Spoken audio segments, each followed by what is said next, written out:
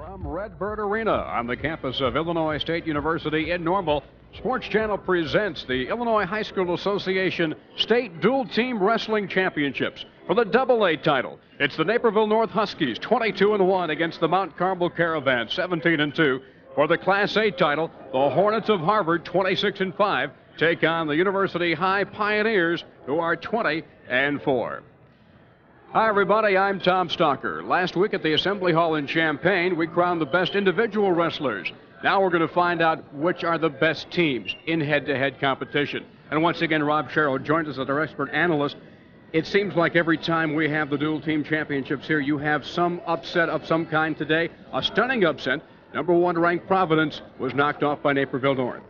And a lot of people, Tom, thought it couldn't happen, but Naperville North pins in the last two matches, beat Providence in the quarterfinals 26-25, and they beat Waukegan in the semis. Here they are in the finals.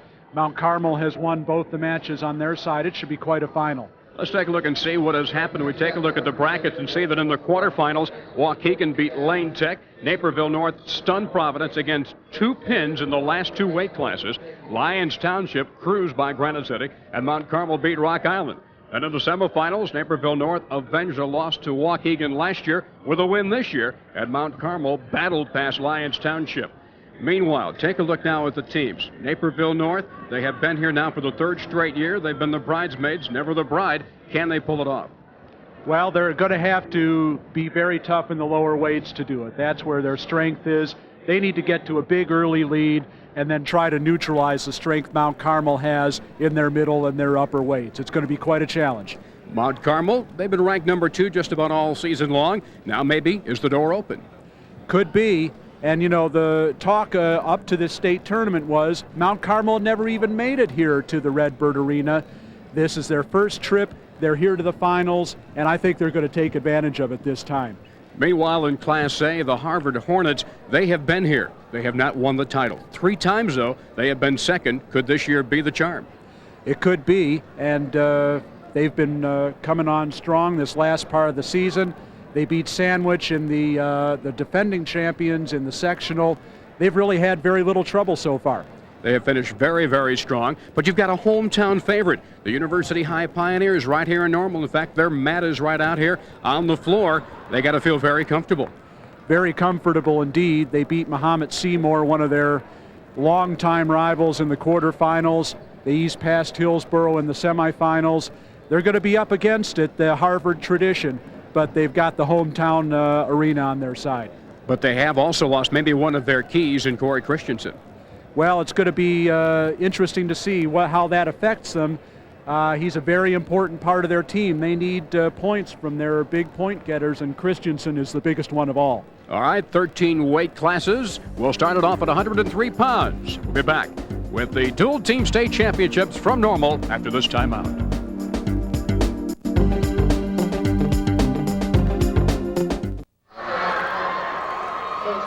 And we are back at the Redbird Arena, and we're underway at 103 pounds.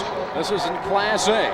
As for Harvard, Junior Reyes in the black, taking on Evan Barnett, who is in the green. Reyes with a record of 29-12-1. Barnett with a record of 11-23 as we are underway in Class A. 13 weight classes. Depending on how you win your match is how many points you may win for your team in the team battle. If you win by pin, you win 6 points for your team. If you win by a technical fall, by a margin of 15 points, you win 5 points in the team battle. A major decision wins your team 4, and to win by decision wins 3. An early 2-0 lead for Junior Reyes. 3 2-minute periods, and right now Reyes has got Barnett in trouble. He'll pick up some near fall points. Reyes has been a very effective opener for Harvard throughout this entire tournament, as well as most of the season. 30 seconds left to go in the first period. These two titles, A and AA, will not run concurrently. In other words, they won't wait and run 103 pounds at the same time than 112. They are run as simply two separate dual meets. That's to keep the rhythm of a dual meet, because this indeed is the dual meet championships. And the first period runs out. And picking up 3 additional points on the near fall is Reyes, who takes a 5-0 lead. Let's go over now to Class A.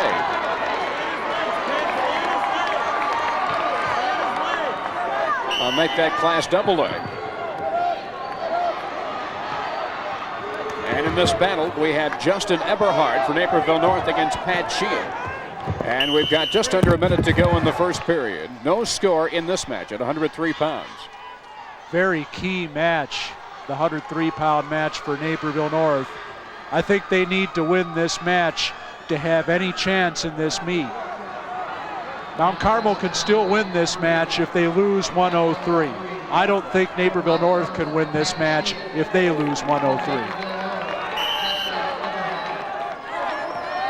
Under a minute now for the first period. This is AA now at 103 pounds.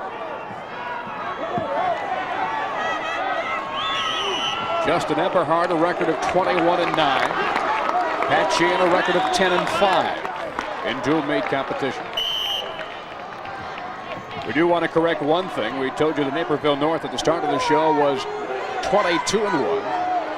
They indeed, entering this action, now are 24-1.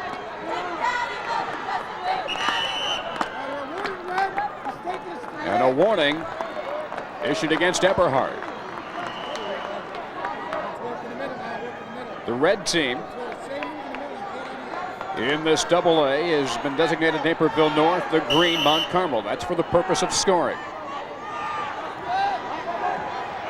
Neither wrestler is wearing a red or a green ankle band, as you saw them wear in the individual tournament. And here's a takedown, it looks like, for Pat Sheehan of Mount Carmel. Gets the takedown, and he's going to get some near fall points.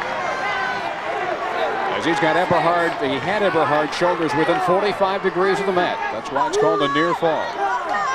So he takes a 2-0 lead.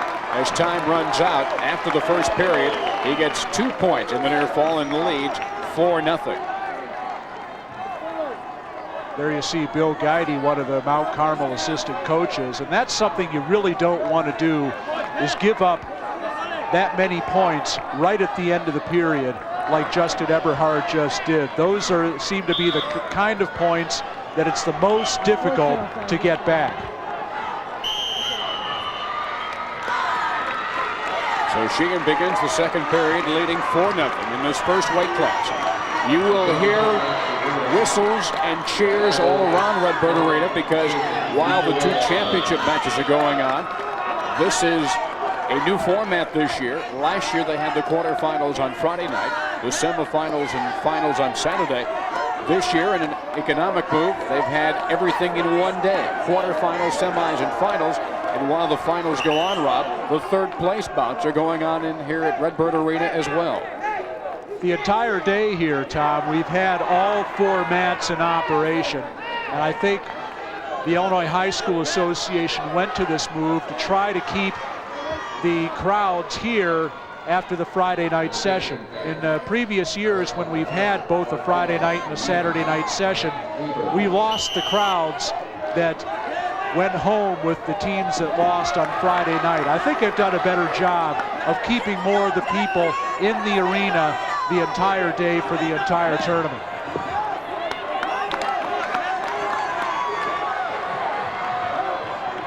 We're almost halfway through the second period here. Justin Eberhard of Naperville North is on top, but trailing in the match by a score of 4-0. To keep you posted, the Class A match at 103 ended in a technical fall with Junior Reyes, building a 15-0 lead over Barnett, and Harvard takes a 5-0 lead. Here it's 4-0 in the match between Pat Sheehan and Justin Eberhard with 47 seconds to go in the second period.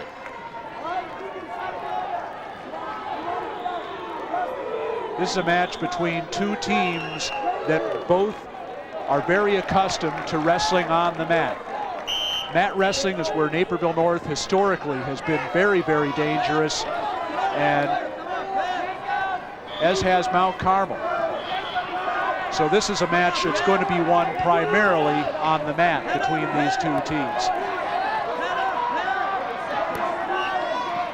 28 seconds left to go in the second period. No scoring yet in the second period. Eberhard locking up a cradle, can't quite turn it over. And now Sheehan breaks the hands and stands up, and he's broken control, and there's a reversal. And he adds 2 more points and takes a 6-0 lead as the second period runs out. So as that period runs out, let's move over to Class A at 112 pounds, where it's Mark Jones for Harvard and Matt Niebuhr for Normal U-High. And it's a 2-0 lead for Niebuhr, who is in the green with 18 seconds left to go in the first period. That is in the action you see right there. Good close match so far. And this is a match, I think, where U-High really needs to start scoring points in order to keep itself in the match. Jones has been a guy that Harvard's counted on most of the year. Same for Niebuhr, who was a Class A state qualifier. And for order for U-High to stay close, Niebuhr needs to win here. Niebuhr with a record of 35-13 entering the finals. Jones 29-12 with 1 draw. Going into the second period here in this Class A, bout at 112 pounds.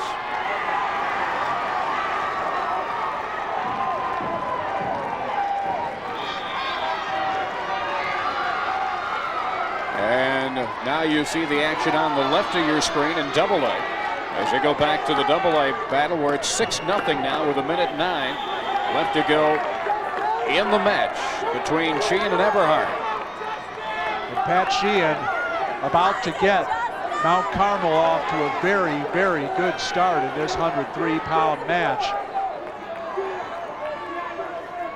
If you're favored to win a match in a dual meet, your object, as we stop the action, it'll be a 3-point near fall and a 9-0 lead for Sheehan. Let's go back now, Rob, and take another look. Here you see the knee in the side by Sheehan, and as he locks the cradle and pulls it back, and Eberhard in a lot of trouble right here. He picked up 3 points in the near fall, plus picked up a penalty point, and he now leads 10-0 with 40 seconds to go in the bout. If you're winning a match in a dual meet, the objective is to score as many team points as you can. And Sheehan is going to get a bonus team point for Mount Carmel with this major decision that he's apparently going to win. Conversely, if you're losing a match in a dual meet, you want to give up as few points as you can. You want to avoid getting pinned, getting a technical foul scored against you, or a major decision, because those things go into the criteria to break a tie if there is one. And it's all over. 10-0. Sheehan defeats Eberhard and picks up 4 points for Mount Carmel. They're at 103 pounds. So Sheehan goes to 11-5. Let's go now over to Class A at 112 pounds. It is a 3-2 lead for Matt Niebuhr.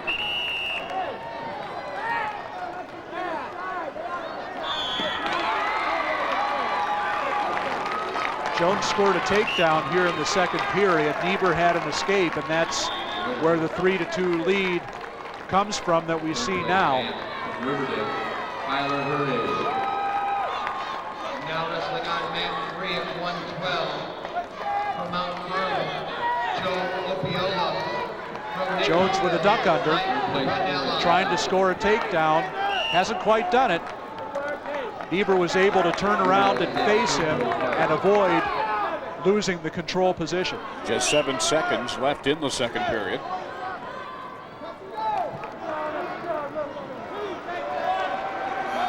Niebuhr will take a 3-2 lead into the final period against Mark Jones at 112 pounds.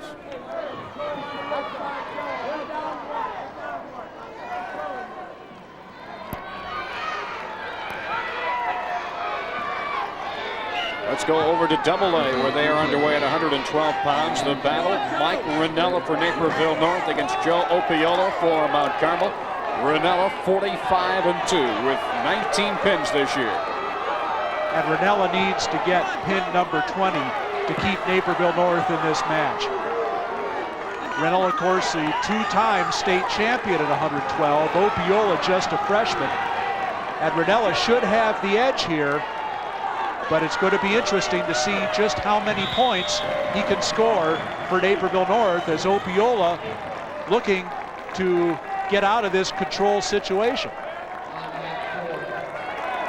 Naperville North won its first 4 duels, then lost 32-26 to Lyons Township on a Will Lepsy pin at heavyweight. 2-0. Leading is Ranella with 35 seconds to go in the first period. That is the only loss this year for Naperville North. That loss to Lyons Township, a semifinalist, who lost to Mount Carmel earlier today. And Naperville North not only has 20 wins in a row, but they've been pretty much 20 easy wins in a row. The match, of course, over Providence in the quarterfinals was anything but easy. But then that's what you'd expect over the team that was rated number 1.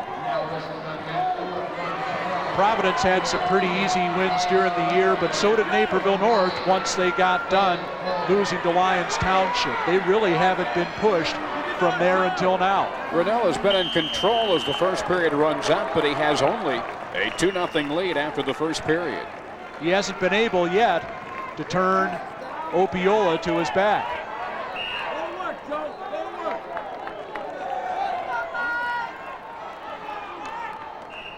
Second period will begin with Opiola beginning on top with control.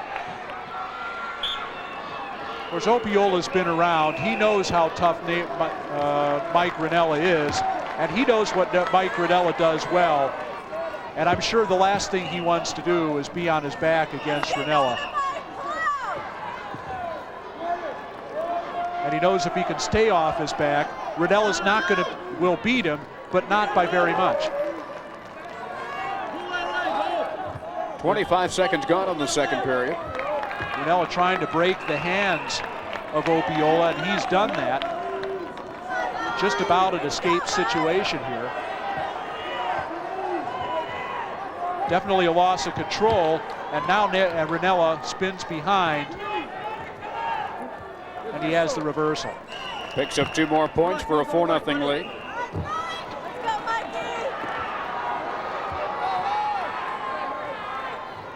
Now Ranella really has to go to work. He's the one that's expected to score big points here, and Opiola, who's on the bottom, is expected to be the one that's trying to keep from giving away big points. And that's what you run into a lot of times in a dual meet situation. Opiola's job here is to avoid being pinned, and so Mike Ranella is really going to have to work very, very hard in order to turn Opiola to his back in this situation. 28 seconds to go in the second period.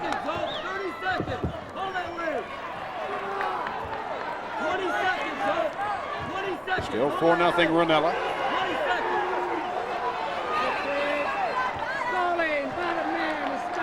Now waiting near 10 seconds. Now a stall warning against Opiola.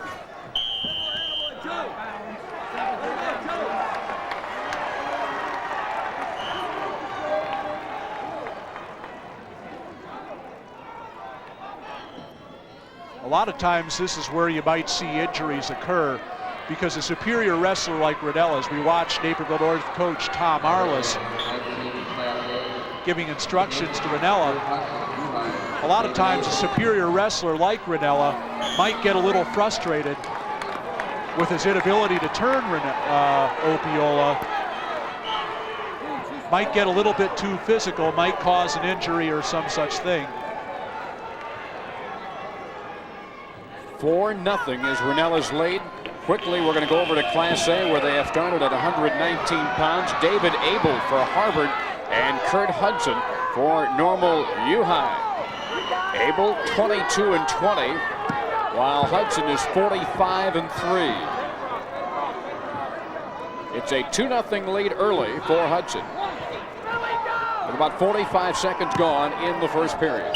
Well, this is a situation where Normal U High, with one of their outstanding wrestlers, Kurt Hudson, needs to put him in a position where he can score the most points possible. And Hudson, being a natural 119-pounder, he was fourth in the Class A individual meet at 119, is obviously going to have a better chance getting big points against a 119-pounder than against a 125-pounder. And he was wrestling 125 in Normal U High's first 2 matches today. It's a 2-1 lead.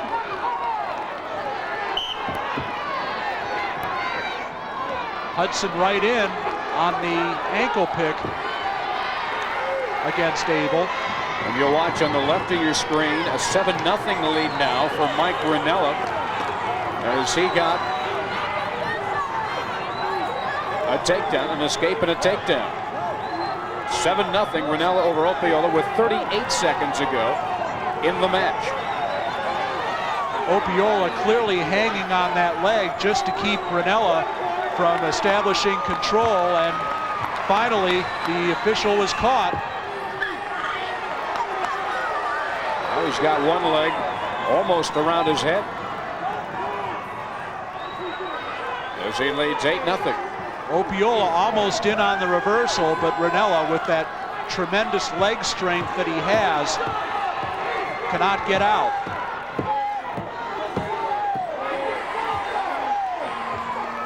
And time runs out, and an 8-0 win for Ranella.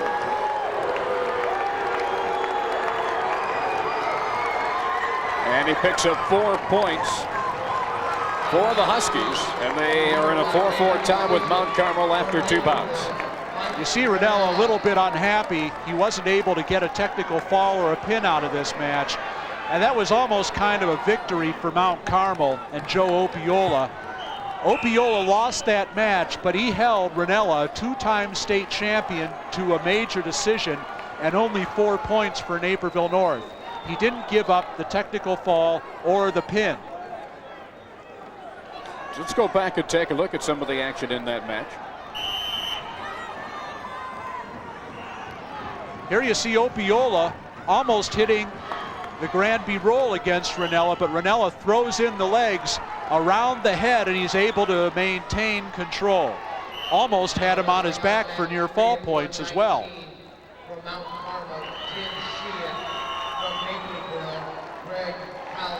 Now we pick up live action at 119 pounds. Greg Collins for Naperville North against Tim Sheehan for Mount Carmel. Sheehan a record of 35-10, while Collins is 33-8. Just 27 seconds gone in the first period. And you take a look at Tim Sheehan. We saw Tim's brother Pat wrestling at 103. Stall warning against Collins for backing out of the circle.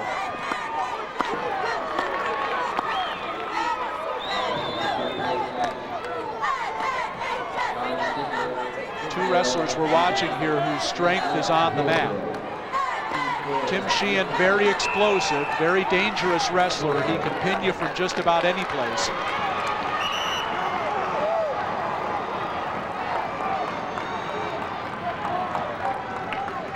No doubt Greg Collins is aware of that.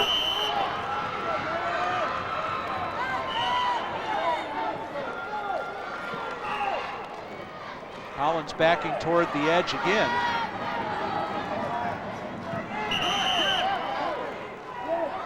A quick update at 119. It's now 11-3. Kurt Hudson of Normal. He's broken that one open, so we'll stay here with double A. Greg Collins and Tim Sheehan, 52 seconds ago in the first period.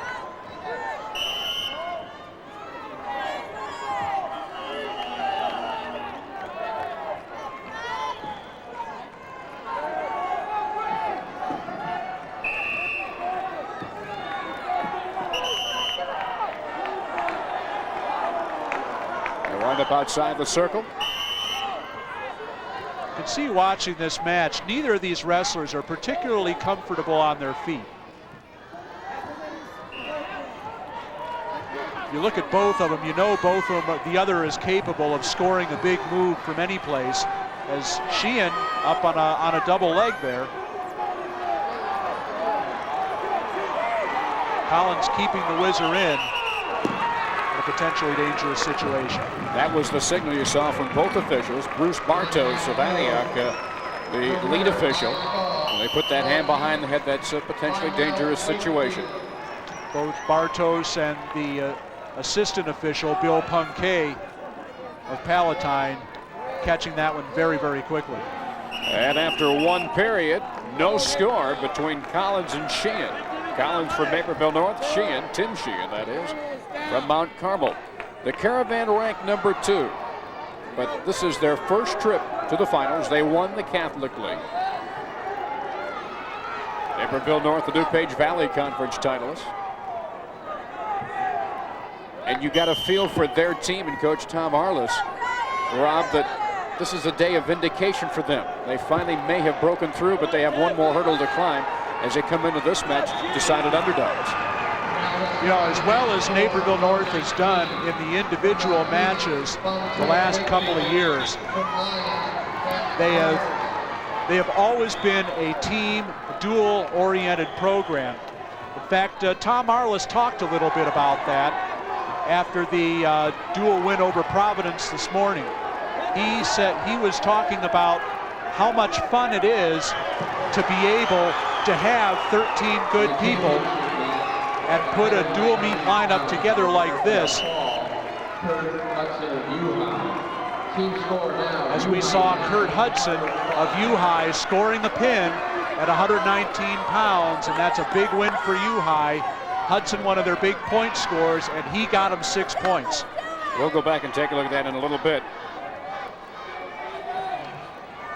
But Tom Arliss was telling us after that match that he and his coaching staff spent half the night last night staying up just to see what kind of lineup to put out there against Providence that they could win with. And that's where the strategy part of a dual meet comes in, is trying to be able to outsmart the opposing coach with the kind of lineup that's going to give you the matchups you want. I asked him, what about Mount Carmel? He said, we haven't even talked about it. This was after the semifinal match. Well, that's one of the disadvantages of running a one-day tournament, because you don't have an awful lot of time between rounds to adjust. They just got done with an emotional victory over Providence in the quarterfinals. He had to come back 20 minutes later and wrestle a semifinal match against Waukegan.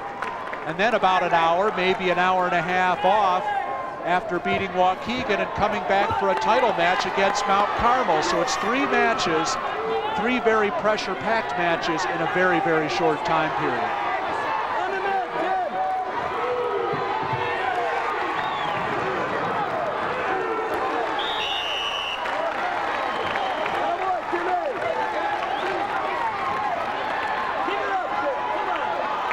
Fourteen seconds left in the second period. A 3-0 lead now for Sheehan. We're at 119 pounds and an injury timeout. And let's go back at the pin for Normal University High's Kurt Hudson at 550 against David Abel. Hudson with the legs in. Had the half right there. And took Abel right to his back. He had plenty of time to lock that one up. Now he steps over the head. He's got him in a chest-to-chest situation. Abel helped him a little bit by grabbing the head. Once again in the chest-to-chest. Lifts the head, and there's the pin. 550 the fall for Kurt Hudson as a 9-5 lead for Normal University High. Back with more of the IHSA Dual Team Wrestling Championships after this timeout on Sports Channel.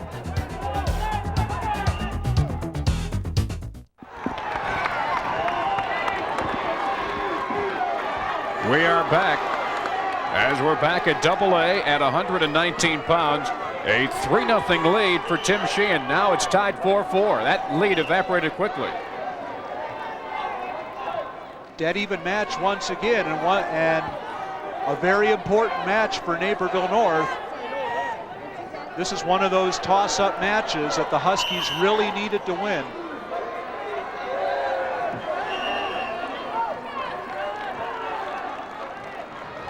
A minute 33 left in the third period.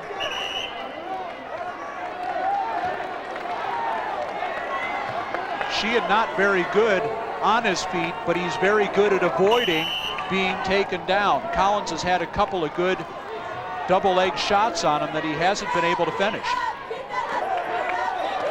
Now Collins going for a fireman's carry there. Now going the other way with it. A 5-4 lead for Sheehan. If Collins can get his head out here,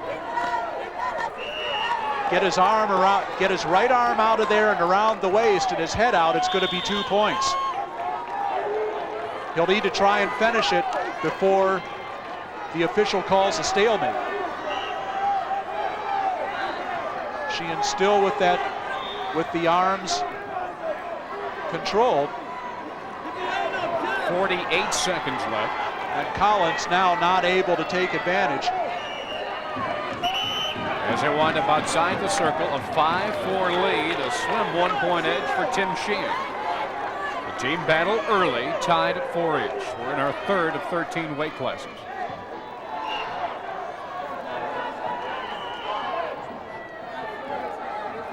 Didn't quite see where that last point came from. And I don't think Tom Arliss, the Naperville North coach, saw where it came from either. It quickly came out of nowhere, Rob. It came over, he's over at the scorer's table checking this out.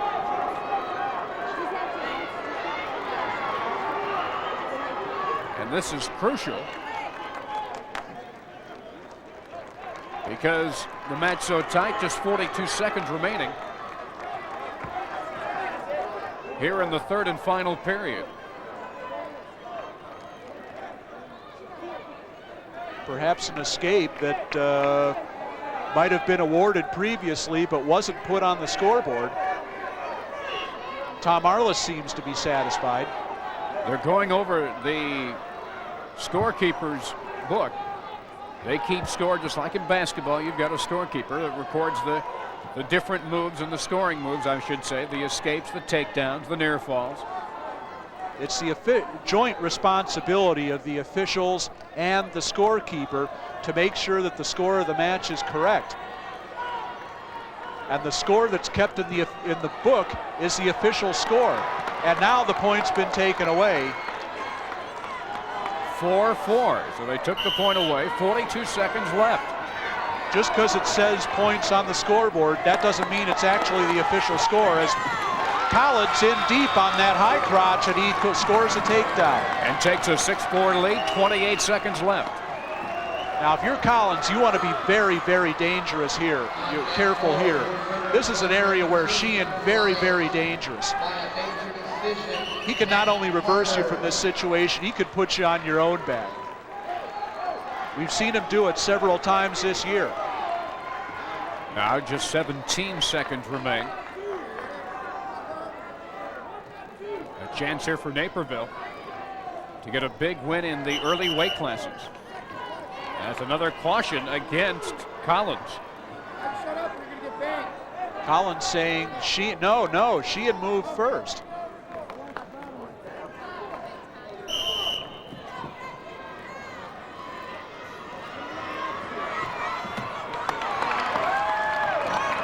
Sheehan not able to break the hand control as we're down within 10 seconds. Now 5 seconds left.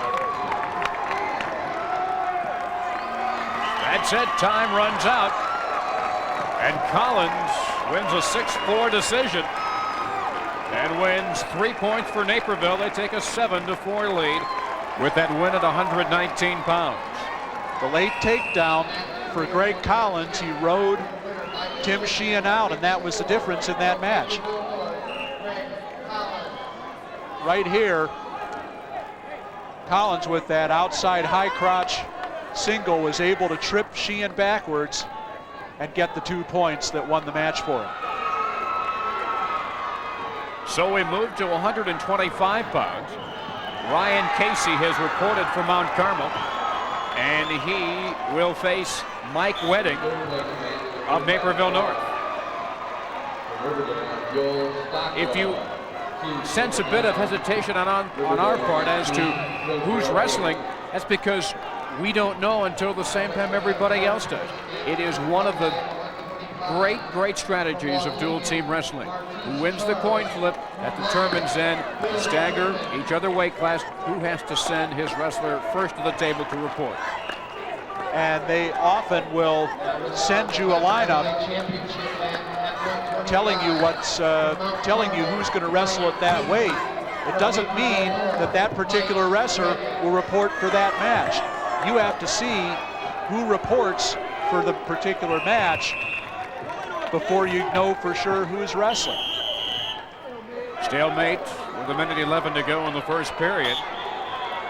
The one thing you do know is that wherever you weigh in, you can wrestle at that class or one weight class higher. So you really only have two choices for each wrestler as to what weight class they're allowed to wrestle. So this is double A at 125.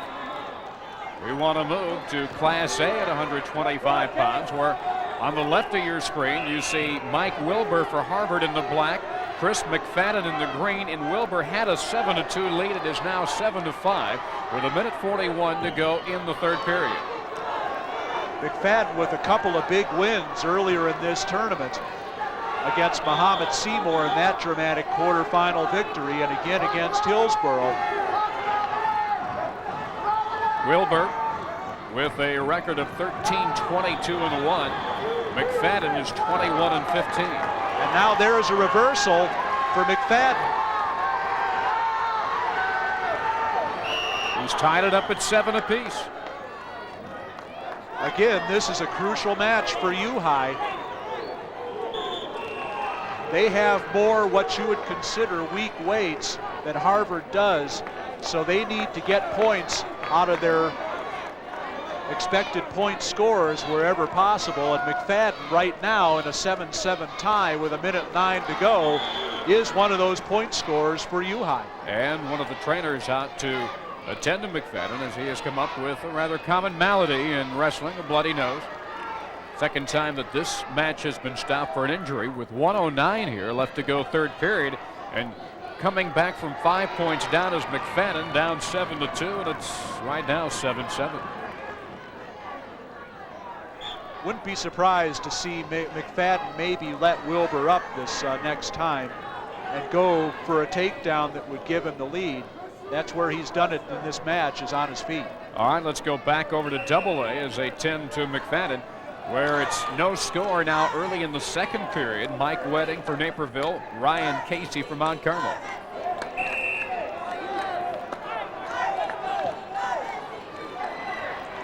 Mike Wedding, quite a story for Naperville North. He didn't crack the varsity lineup until after Christmas, before Christmas, as Ryan Casey gets a takedown, and he now leads 2-1. Before Christmas, Mike Ranella wrestled at 119 pounds for Naperville North, and Greg Collins wrestled at 125. After Christmas, both of those guys came down a weight, and that left a spot open for Mike Wedding to come into the lineup. And Wedding came on very strong at the end of the year. He came within one match, in fact, of qualifying for the individual state tournament, which is quite an accomplishment for a wrestler with only half a season of varsity experience.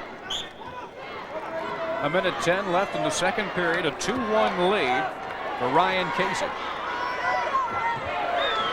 And now Wedding has broken control. Will he get a reversal? Yes. He has gotten a reversal, trying to lock up a cradle now. He leads 3-2.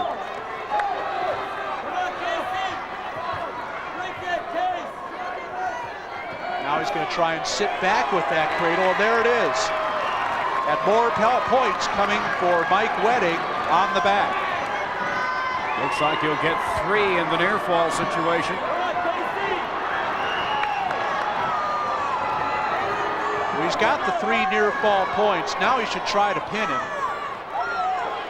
25 seconds left to go. This is the chance he's been looking for. Now he's going to let it go. 14 seconds left in the second period. Bill Punkay, the official, looking to see if Wedding breaks the hands before he can award him those 3 back points. There it is.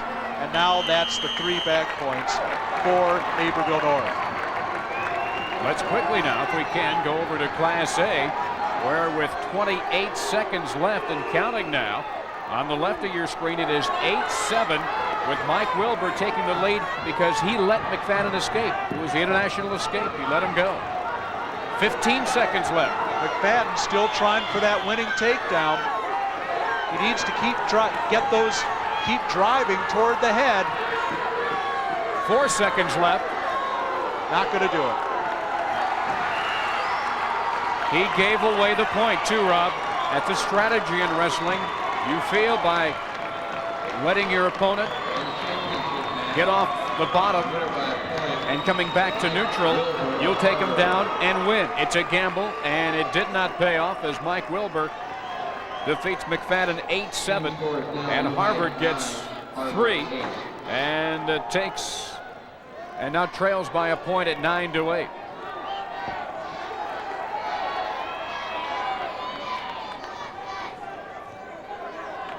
Now going to the right of your screen, AA, a minute 25 to go in the second period. Make that the third period.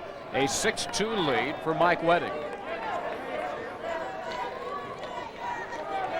Wedding started this period on top. He's still on top. This is what Naperville North likes to do. They like to grind you into the mat. Wedding trying to lock with the legs in, trying to lock up another cradle as it's a potentially dangerous situation. They'll stop it. A minute 5 left to go in the match. Wedding still on top by a score of 6-2.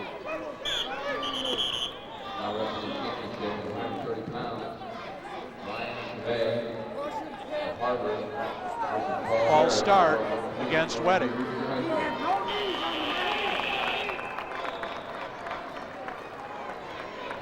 (6-2) lead for Wedding. No scoring has taken place in the first minute of this final period. At 125 pounds in AA. 7-4 lead right now for Naperville North in the team battle. Wedding trying to lock up another cradle. And there it is. He's got him again. And he's got at least 2 more points, maybe 3. He'll get 3 in the near fall. Now what he needs to do is he needs to lock it up. He needs to loosen that grip, which he just did.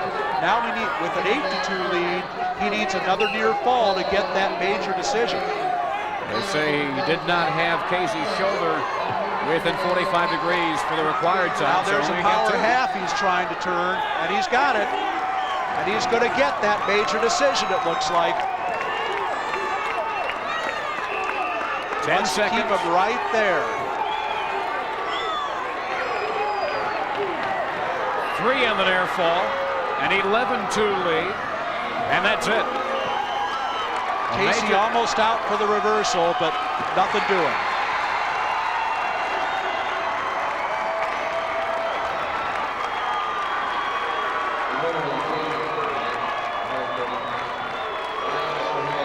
So 11-2 the win for Wedding.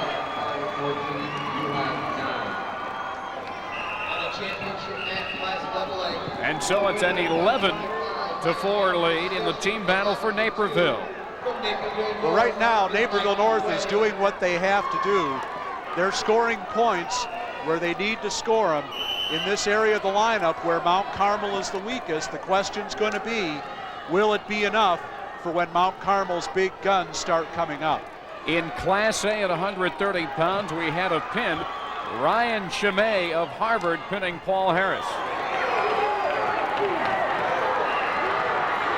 Chimay with the half Nelson, turning him over.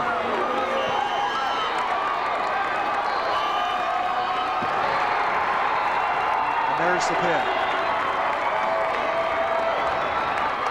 So that gives Harvard a 14-9 lead in the team battle.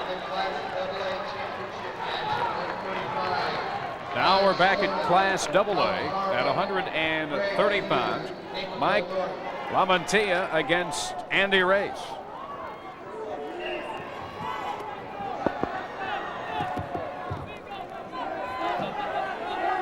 Check that. That is Ron Stonich for Mount Carmel. And Greg Hughes for Naperville North. Greg Hughes wrestled most of this season at 135 pounds for Naperville North. Came down to 130 for the team tournament. This is another weight where Naperville North needs to score some points.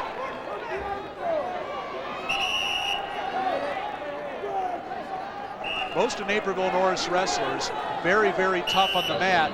Hughes kind of an exception. Hughes a little better on his feet than most of the other Naperville North wrestlers. He's going to try and win this match with takedowns, I think, against Ron Stonich.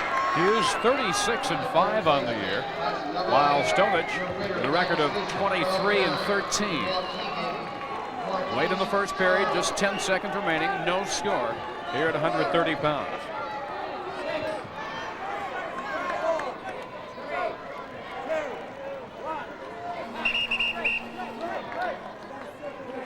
No score after one period. The choice will go to Hughes. Hughes defers his choice. So now Stonich will start on the bottom.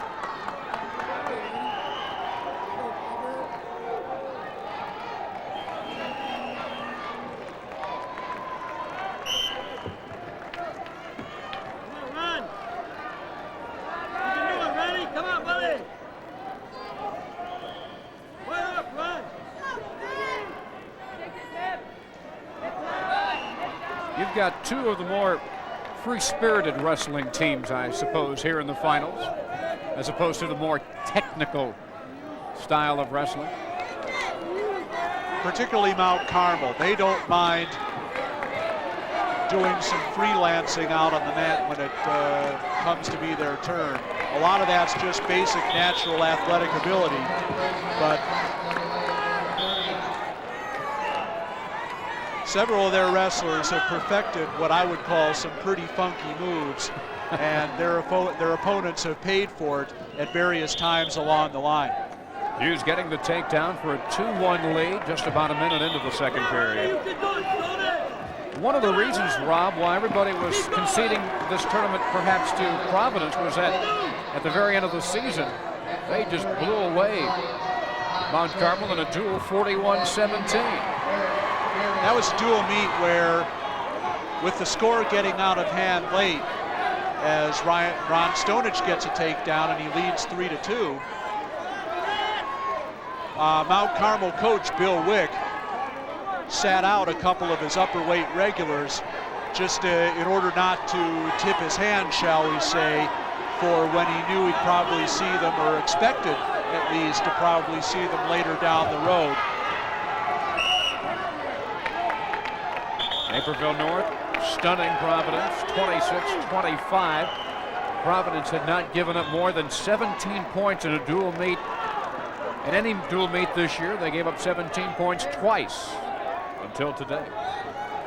Of course, the thing you have to remember is that, of course, was not the usual Providence team that we've seen most of the year, without their heavyweight, Harley Raisler, who was with them most of the year, but was dismissed from the team for disciplinary reasons.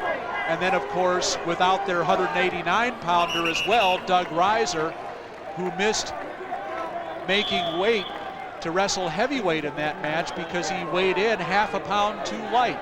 He weighed in at 187.5 pounds in the weigh-in this morning. You have to be at least 188 pounds to wrestle heavyweight, and so he was unable to wrestle. We touched on that in the start of the show. So for the want of 8 ounces, a half pound, it could be New Lenox Providence here against Mount Carmel. 1 against 2, as everybody figured it would be.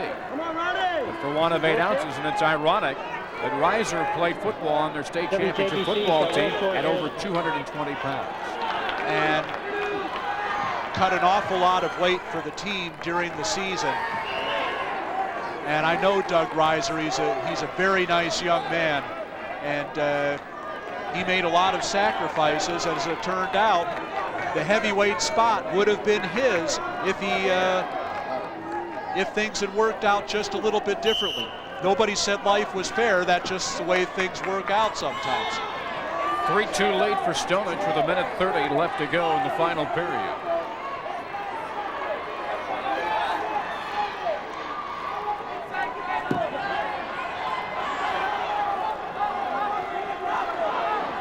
An 11-4 lead in the team battle right now after 4 weight classes for Naperville. Now a stall warning against Ron Stonehenge.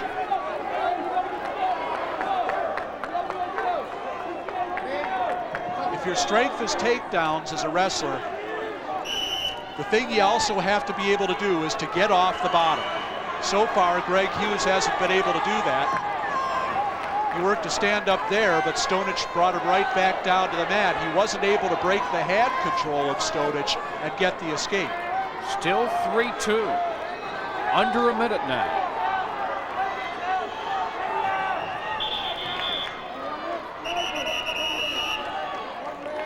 And 1 point given to Hughes, and it ties it up at 3.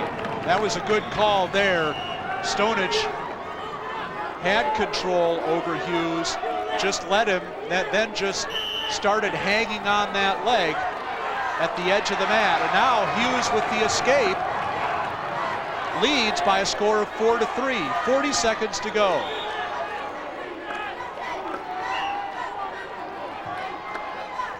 This is a very, very pivotal weight. Any close battle, Naperville really needs to win the close ones. They must have this win to keep the score within reach.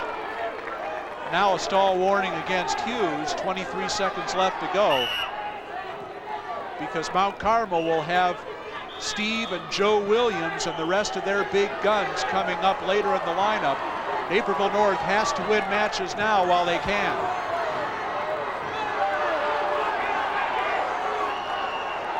Five seconds remaining. And they'll restart from a standing position with just 4 seconds. And Hughes hanging on to a 4-3 lead. Stonehenge trying to get the takedown. He can't get it. And Hughes hangs on and wins 4-3. And that is now a 14-4 lead for Naperville North through the first 5 weights.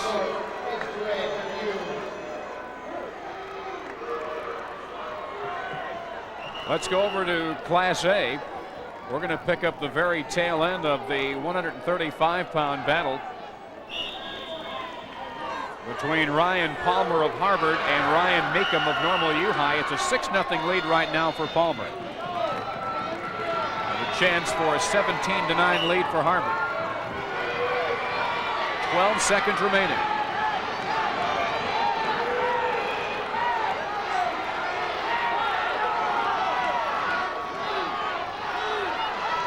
Palmer a record of 12-16-1, and he wins at 6-1.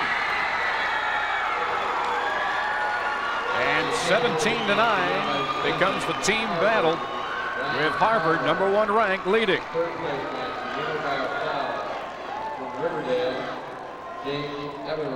That match at 1:25, the turning point in the Class A final right now, where Mike Wilbur was able to hang on for the 8-7 win.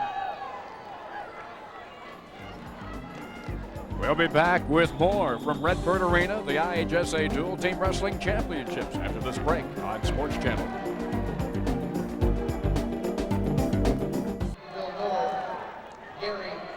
Back at AA at 135 pounds, Gary Perret of Naperville North against Mike Lamantia of Mount Carmel. And we're in the first round, no score. It's another match where Naperville North with a chance to win and really must. Huskies have won 4 straight matches. And while they're not by the biggest of margins, the important thing right now is that they're winning matches, because coming down to the end, if the score remains close, you have to look at that tiebreaker criteria. the number one criteria, of course, is total matches won. And if one of these teams wins 7 matches, well, they're number one on the tiebreaker criteria. So that's something to think about. Naperville North has a 4-1 match lead right now, and that's a stalling call against Paray at 1 point for Lamontia. And he takes a 1-0 lead, 35 seconds to go in the first period. Paray, another one of the Naperville North wrestlers who's pretty good on his feet. But he's come up from 130, where he wrestled most of the season. Lamontia wrestled not only 135, but a lot at 140. So you have a little bit of a size differential here that's working in Lamontia's favor, and that's something Paray's going to have to overcome. Lamontia 15-12 on the year, while Paray is 28-12-1. We talk a lot about Naperville North's win over Providence, but there was a lot of revenge in the semifinals because it was Waukegan that eliminated the Huskies by a point last year on Friday night, 27-26. It's interesting to see how things change in a year. Last year, nobody thought that Waukegan could beat Naperville North, particularly after Naperville North had beaten them by 27 points during the regular season. Waukegan reversed that in the state tournament, went on to the title match. This year, nobody thought Naperville North could beat Providence. They did that. They found themselves in the semifinals against Waukegan and took care of business against Waukegan by a score of 40-15, and that brought them here to the final. 1-0 lead for Mike Lamontia. Paray with a stand-up now, trying to break the hand control. Lamontia brings him right back down.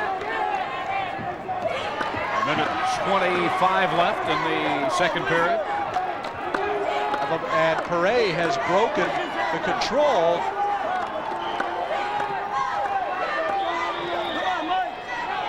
Looked like he had a reversal there for a minute. And now he does have a reversal. And takes a 2-1 lead.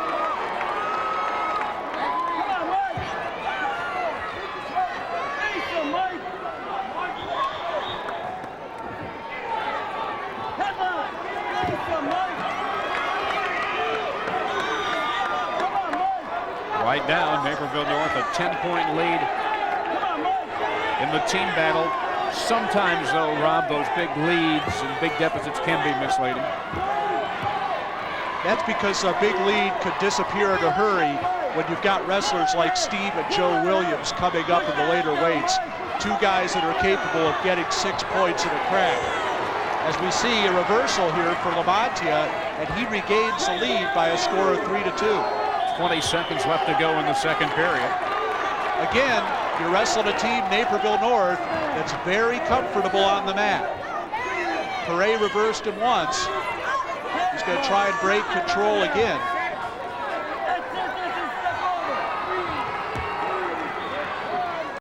Second period runs out in a 3-2 lead for Mike Lamontia. A couple of reversals in the second period.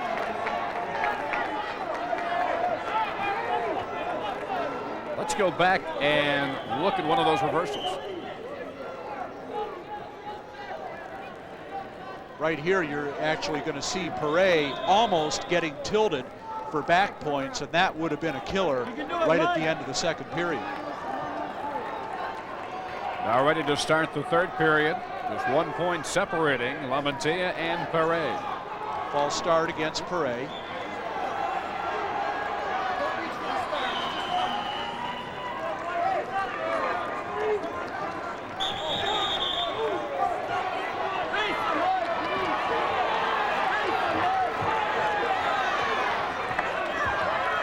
We're just underway in the third period here. Let's pay a quick visit over to Class A at 140 pounds, where they're just underway in the third period. And on your left of your screen, it's a 3-0 lead for Joe Steiner of Normal U High in the green. Just 18 seconds gone in the third period. He is leading Lance Lagerhausen.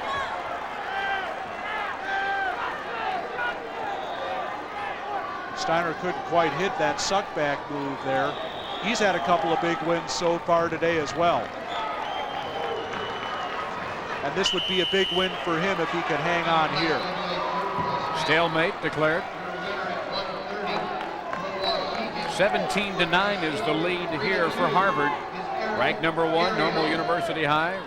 Ranked number 3 in preseason. Ranked number 4 at the start of the finals.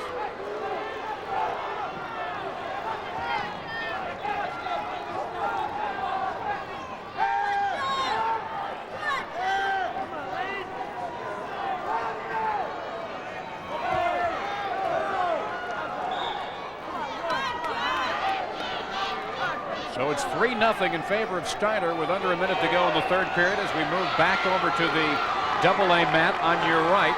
With 1 minute to go, it is a 5-2 lead. La Mantilla has picked up 2 single points in this period. And they're both outside the circle. They'll restart standing. La Mantilla there to your right of your screen, Parade to the left. Mantilla a little fortunate that he didn't get called for fleeing the mat there, even though he was trying to break the hands of Mantilla on the way out.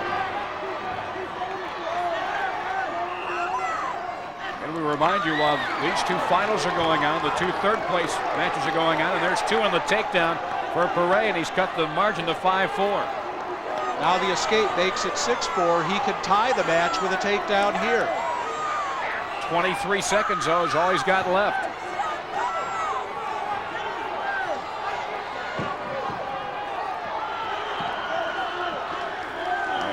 Again, they'll restart with 15 seconds left.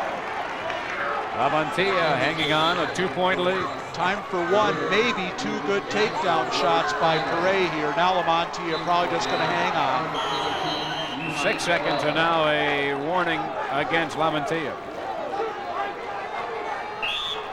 1 more good shot for Paré. Doesn't look like he's going to do it.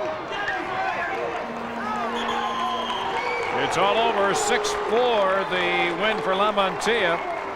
And it cuts the Naperville North lead to 14-7. That at 135 pounds.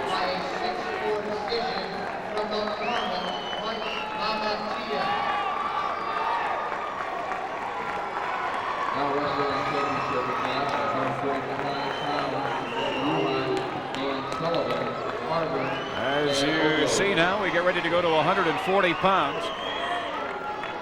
Well, we may not get an opportunity to see Steve Williams wrestle here. Williams has taken the mat. Again, this is a major part of the strategy, and they're going to forfeit at this weight class. Naperville North is going to move Devin Sullivan up to 145 pounds and Jason Kiefler to 152, and that's not a bad move.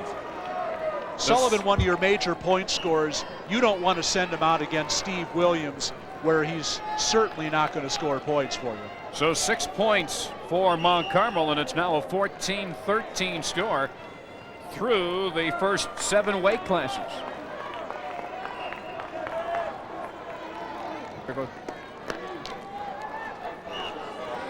The broadcast rights to tonight's state wrestling championships have been granted to Sports Channel by the Illinois High School Association. Any reproduction or rebroadcast of this event without the written consent of Sports Channel and the IHSA is strictly prohibited. Now at 145 pounds,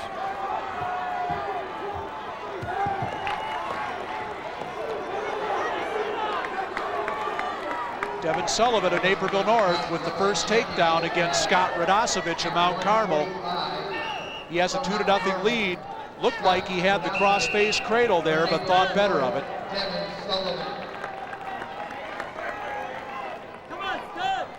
first period, Sullivan with the 2-0 lead.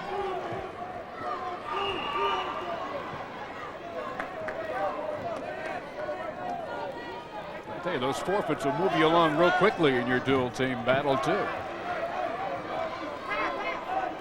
Come on, Scott, you gotta win it, Scott. Scott Radosevich, a record of 31-7-1. Sullivan 37-11. Radosevich fourth in the state at 145, and we certainly have to apologize to our viewers for not giving them the opportunity to see Steve Williams wrestle, but that's what strategy means in these dual meets. Well, instead of a big gun, he was more like a stealth fighter there.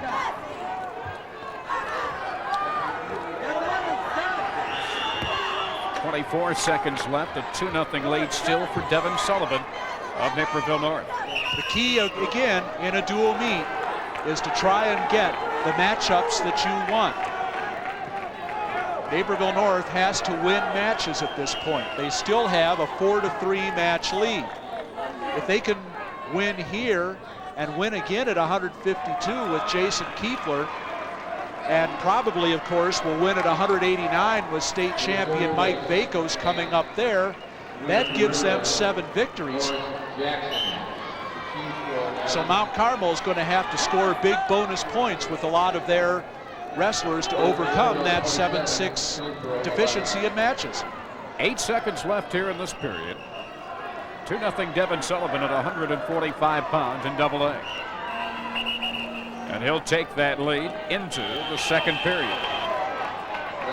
You know, the downside of wrestling Devin Sullivan up a weight at 145 is, even though you might expect him to earn points here, it's still 40-pounder Sullivan going up against a 145-pounder, and that's Radosevich. He may win, but it's unlikely that he's going to score big points. A caution there. Let's move over now from AA to Class A at 145 pounds. Or on the left of your screen, it's Dan Sullivan. No relation. Going against Chad Odling, and it's a 4-2 lead right now for Sullivan, who had an early 2-0 lead. And Odling came back to tie it. There you see Sullivan with the triangle indicating the international escape. And he'll give up a point, and it's now 4-3 with 1:07 to go in the second period. Sullivan obviously wants to go takedowns with Odling here. Sullivan 29-14, Odling 15-20-1. Maybe I can see why. It's quite a credit to you, High, that they were able to hold their own on their feet against a team like Muhammad Seymour in the quarterfinals, and that's where Muhammad Seymour has always been very tough on takedowns.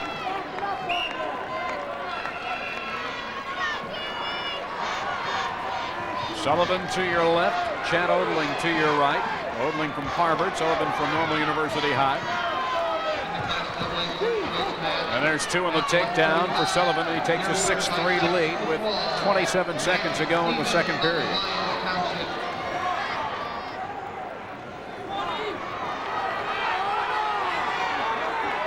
Right on the edge of the circle.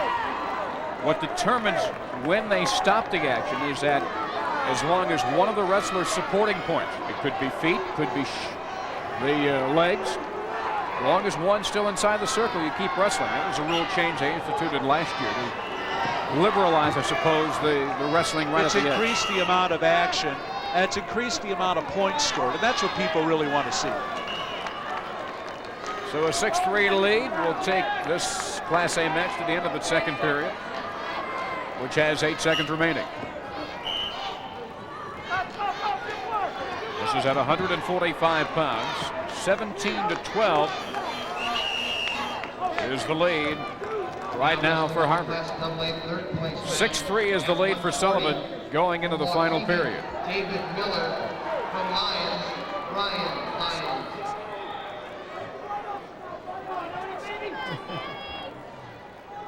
So as they get ready to start the third period, we'll get ready to go back over to the other mat.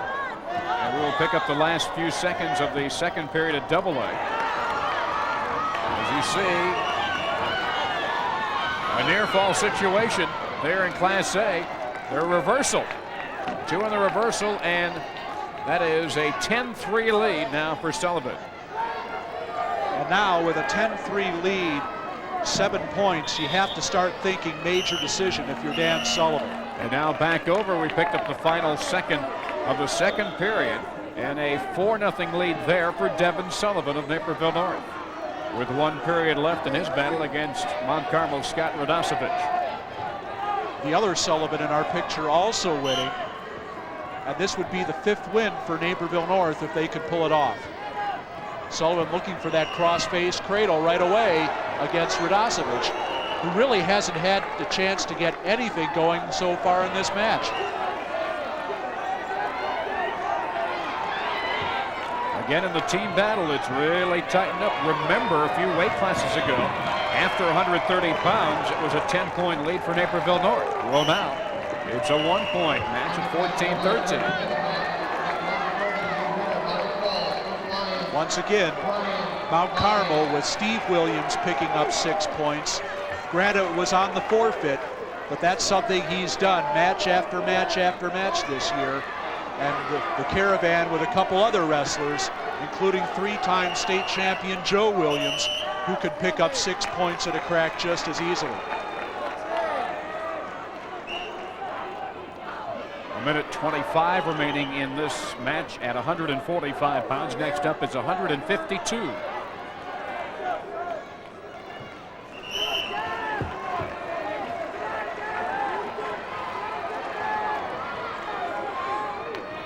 This is the 8th annual dual team state championship. Up until that point, they used to determine the team champion by the number of points you would accumulate in the individual state championships.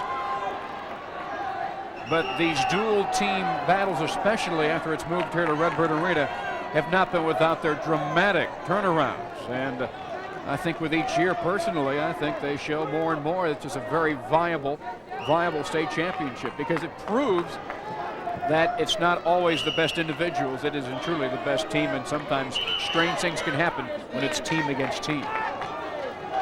Not only the best team, but you get yourself into a situation where you can get the best matchups against your opponent. Matchups are the key to winning a dual meet. And you don't have that strategy in the individual tournament when you're scoring your team champion that way. Still 4-0 with 30 seconds to go. Scoring so far in this period. In the Class A battle, a major decision for Dan Sullivan. Getting Normal University High 4 points. They trail 17-16. Here, 13 seconds left in Double A. It looks like Sullivan's going to hang on with a couple of takedowns. Now Bruce Bartos stops it in a caution to Sullivan. 5 seconds left. Nothing really to worry about there. If you're Sullivan, you just keep doing what you're doing. There's only 5 seconds left in the match.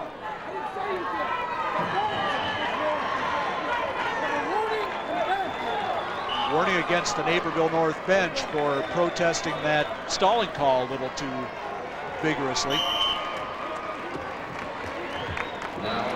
And 1 point for the escape. Time runs out. Devin Sullivan wins 4-1. And Naperville North takes a 17-13 lead in the team battle. So Devin Sullivan wins over Scott Radosevich at 145 pounds. And now we move to 152. And Naperville North just keeps winning those matches. A 5-3 match lead now. Another key match coming up for the Huskies here at 152. They're in good shape, believe it or not, if they win this, even with the big guns of Mount Carmel coming up. Because with Mike Vakos at 189, they're in a position to win 7 matches and force Mount Carmel to score lots and lots of bonus points. Here in Class A at 152, Larry Pop, one of the outstanding wrestlers in Class A, against T.J. Olson in Normal University High. Larry Pop going right to work with that bar arm, stepped over the head.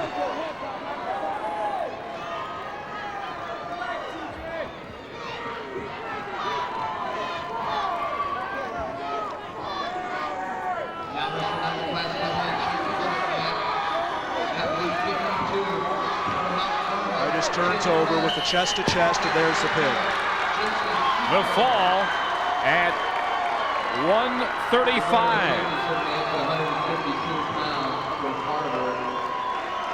6 big points for the Harvard Hornets, and they take a 23-16 lead with the fall for Larry Pop. Let's look at it again, Rob. Chest to chest with Larry Pop there. And that's a position you don't want to be in. And it's all over. 23-16 Harvard. As we get ready to move in this Class A to 160, but over now to Double A at 152 pounds, where the battle is Jason Kiefler for Naperville North. As we go now to the action on your right, Jason Kiefler for Naperville North, Tim Combs for Mount Carmel, and just over a minute and 10 gone with no score. Another pivotal match for Naperville North. Combs, who wrestled in the state tournament at 160 pounds. Kiefler, he's coming down a weight. Kiefler wrestled in the state tournament at 145 pounds. He's coming up a weight.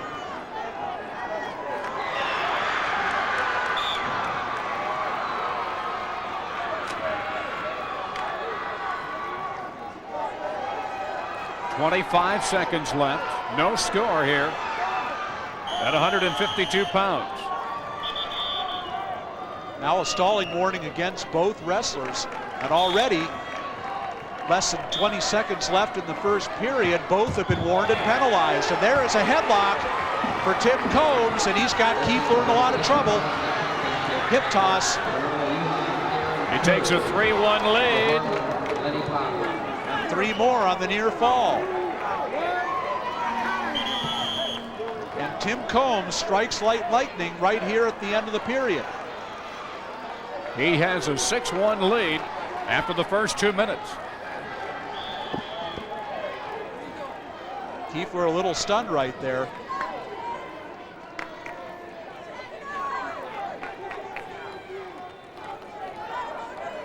That was a quick move.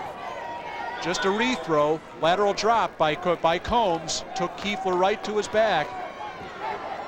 And that's how quickly you could score 5 points.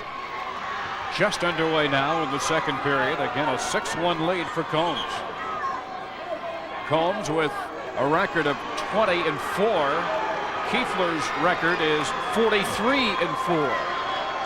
2 good ones going head to head.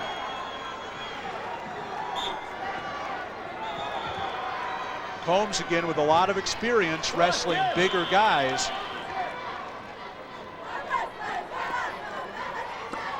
So far, it's been an advantage.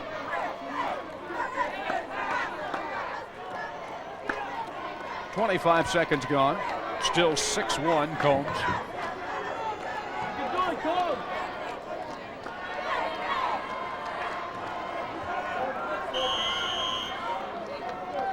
And a stalemate. So they'll restart with 1:23 left.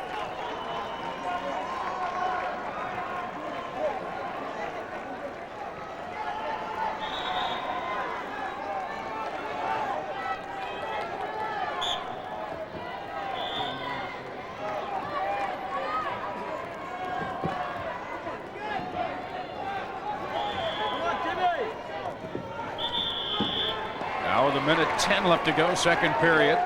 6-1 Combs. And he's on the attack again.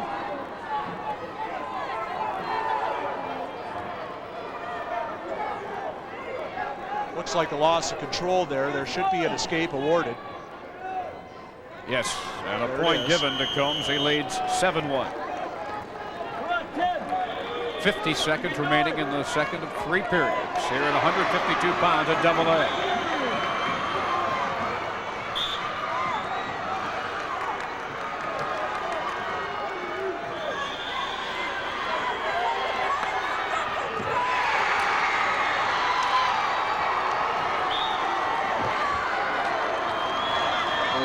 .35 seconds left. 7-1 still. Now Combs. After a quick flurry of scoring for Combs late in the first period, not so far here in this middle period. The 5-point throw was crucial in this match. And it just shows you how one move in one match can turn an entire meet around. Naperville North had all the momentum until that 5-point throw by Combs. 10 seconds left here in the second period, and now a caution against both wrestlers, and both get a point. It becomes 8-2. Another double stall warning given here.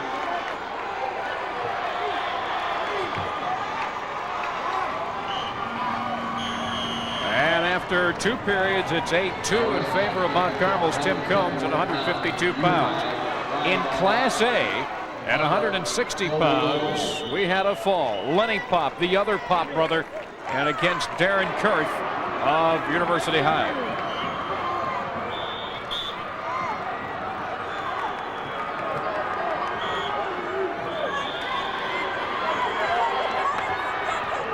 Pop led 12-0 after the first period, and at the 2:24 mark gets that pin against Darren Kurth, and it's 29-16 in the team battle at Class A. Back to Double A, where it's still 8-2 with 1:41 left to go in the final period.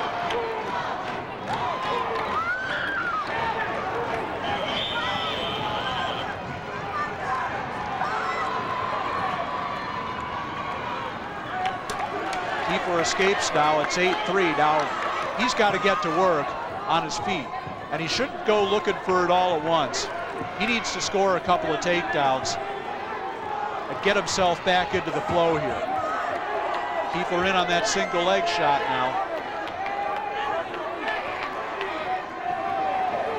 Just about a minute left in this match at 152 pounds. Combs trying to step over to score some points.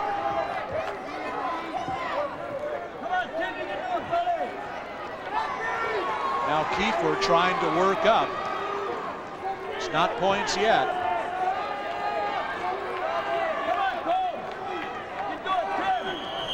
And a stalemate whistled again. They'll restart from the standing position with 42 seconds remaining. Mount Carmel in the finals for the first time ever after 4 losses in the sectional finals.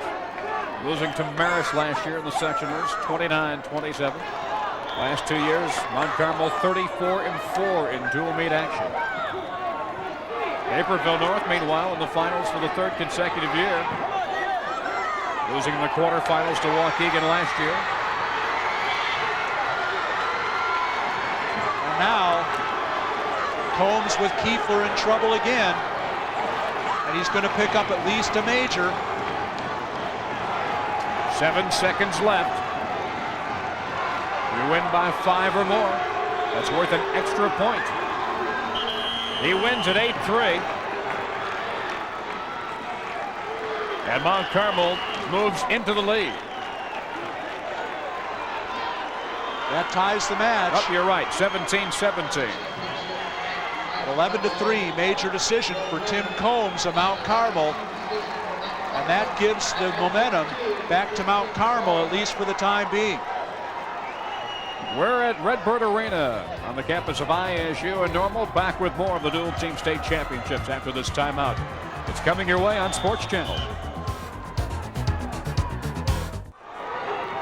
Tom Stalker, Rob Sherrill back with you. We go to Class A at 171 pounds. Colby Wilbur of Harvard in the black has built a 7-0 lead, and we're just 15 seconds into the second period. And this is the match where Harvard could wrap up its first dual team title. They've been to the state tournament 3 times. They've been second twice. They've never won it.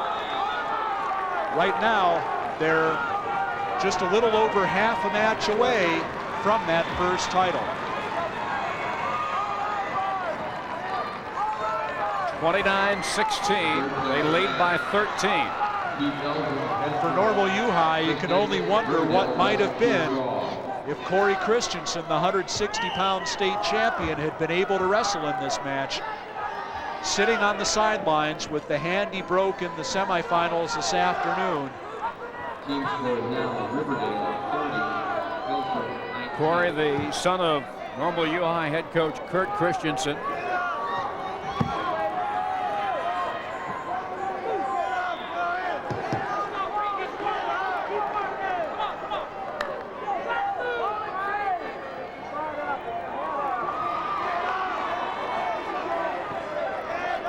We're about ready to go back now, as again it's 7-0 in favor there of Wilbur. Let's go to where Joe Williams of Mount Carmel is wrestling Brian Bertram of Naperville North.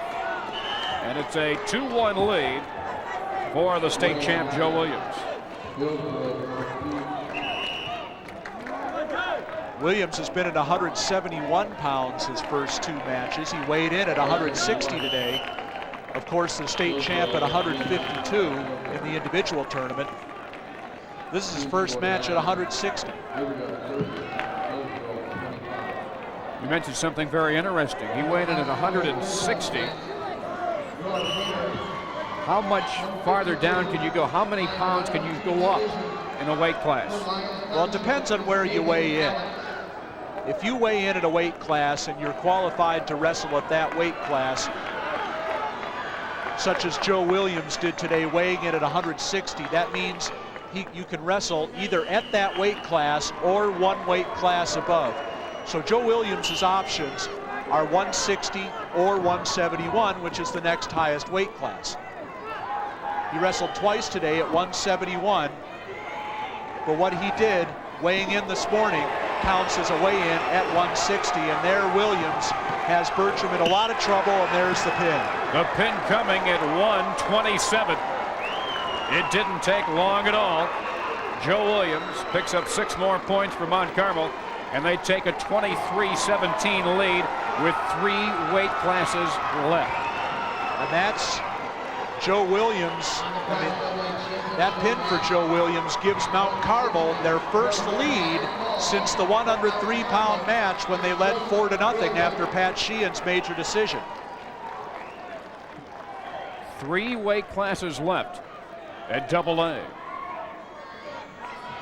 Meanwhile, in Class A, it's getting very close to where Harvard can shut them out.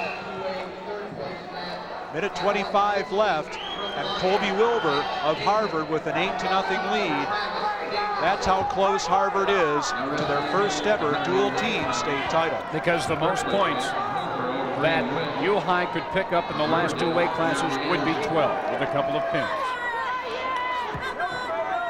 103 left in this match at 171 pounds.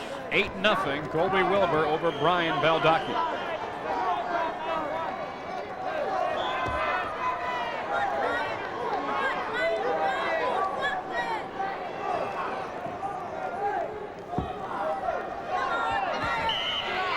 .42 seconds left. We'll stay with this since this could be the pivotal match for Class A and the team title. And there's going to be lots of action left in AA.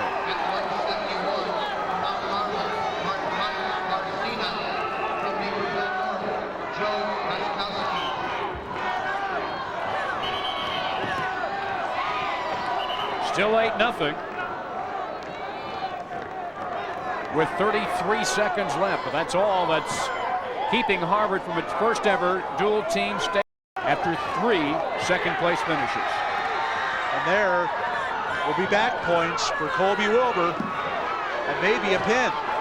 18 seconds. 1 shoulder blade is down. And remember, Wilbur is still well inside the circle. 7 seconds left. Wilbur's inside the circle. Baldacchi is outside the circle, so it's 11-0. This will be at least 4 more points, and it will close it out, and Harvard begins to celebrate on the sidelines.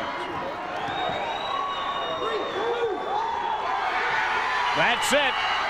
It's all over, and the Harvard Hornets clinch it. Number 1 ranked Harvard lives up to its ranking. 27th win in 32 dual meets.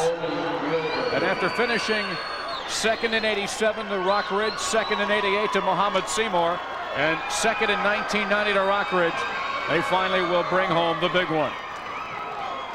1 year after losing to the eventual champion Sandwich Indians in the quarterfinals, they win it all. Tim Hack and his tribe doing it in Hack's 5th year as head coach. All right, let's move now to AA, where we are late in the first period. The celebration for Harvard continues. And now we go to where we still have to determine the team title. 2-0 is the lead here from Mike Barcina at 171 pounds for Mount Carmel against Naperville North Joe Roskowski. Barcina with a record of 28-7, Roskowski 26-15. And after one period, 2-0 is the lead for Barcina.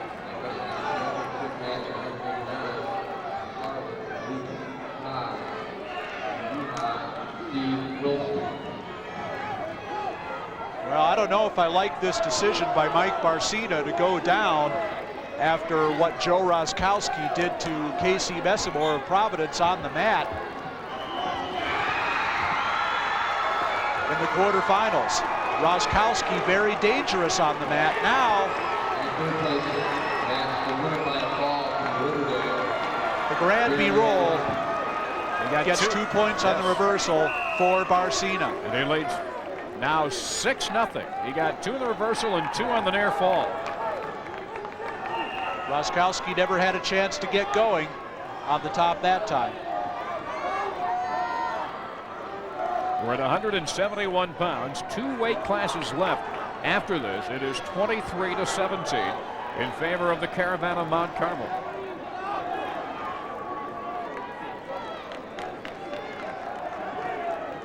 Again, Barcina, who has wrestled at 171 pounds most of the season. In fact, he was a state tournament qualifier at 171. Roskowski, who has been at 160 all year. Barcina used to wrestling bigger opponents, and that's what's helped him here.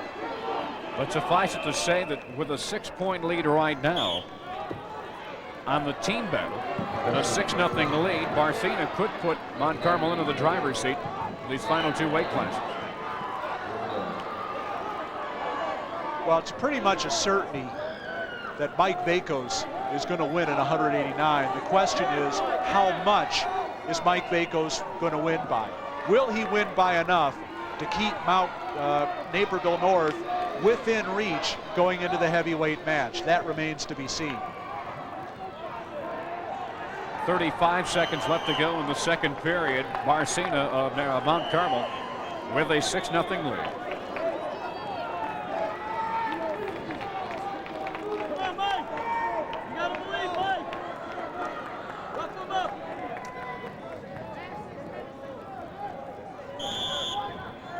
Barcina beginning on top as a restart.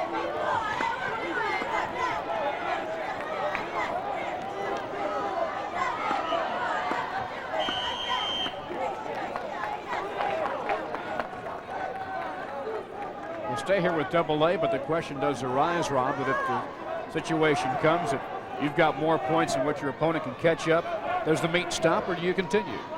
Oh, you continue. Sometimes a team will take the option to maybe forfeit or default the remaining weights just to get it over with. I don't know what either team will elect to do in this situation, but we still have a situation here in the Double-A match where it could very easily come down to heavyweight.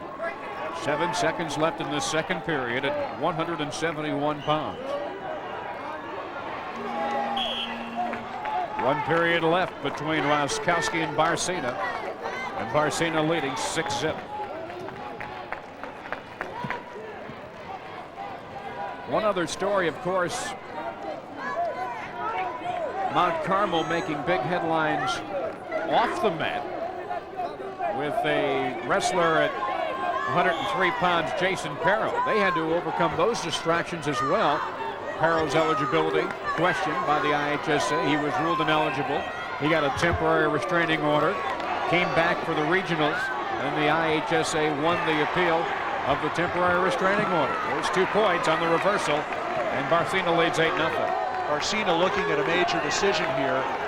Certainly a distraction for Mount Carmel not being able to use Piero in the lineup during this dual team state series. The question could be asked whether Piero, because of his transfer from one private school to another private school, should have been allowed to compete this year at all, but that's really water over the bridge now. They've been able to get the job done to this point without him. 8-0 Barcina, 1:15 remaining in his match here at 171 with Joe Roskowski. And many felt that losing Pero was really trouble for Mount Carmel if they faced Providence in the finals, but such obviously not the case. It certainly would have hurt them as far as matchups were concerned against Providence, because with Pero in the lineup, they were looking at a pin at 103, getting 6 points. And instead, at the dual meet in January, in which Providence won so convincingly, Mount Carmel lost that match at 103. So that was certainly a worry for them coming into this tournament. Of course, they never had to wrestle Providence because Naperville North took care of that in the quarterfinals.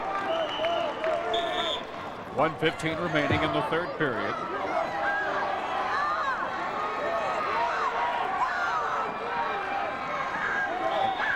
.189, we expect to see Mike Vakos, Naperville North against Jeff Chipskowski for Mount Carmel.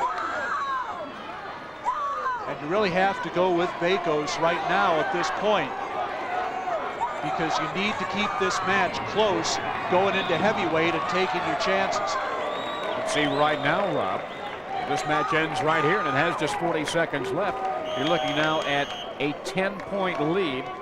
With 2 matches left, you'd need a pin. You'd have to have a pin from Vakos. You'd need at least a technical fall or a major decision to keep this match going. Either way, you're going to force Naperville North to get a pin in heavyweight in order to win the match. 38 seconds remaining as they restart. With Barcina in control, leading 8-0.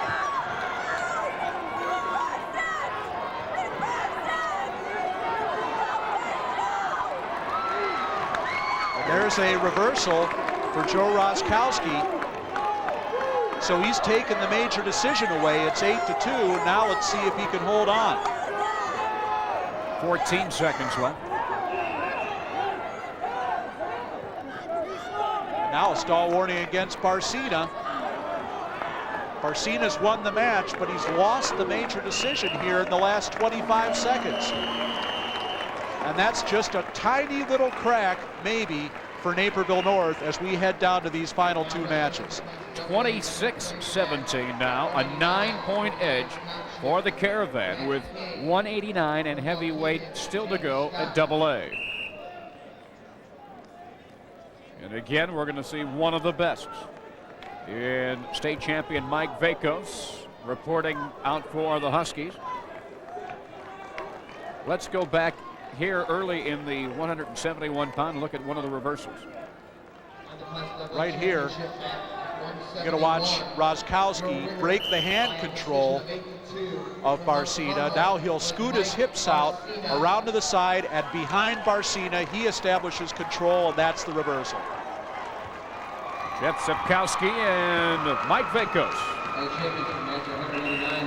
We saw plenty of Mike Vakos in the individual state tournament. He was the state champion at 189.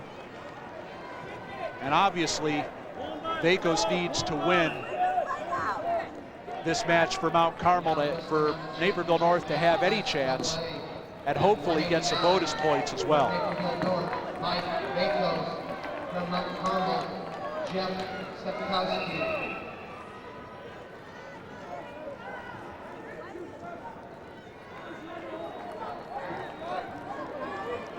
No scoring is taking place. They have not cleared the scoreboard down there at AA.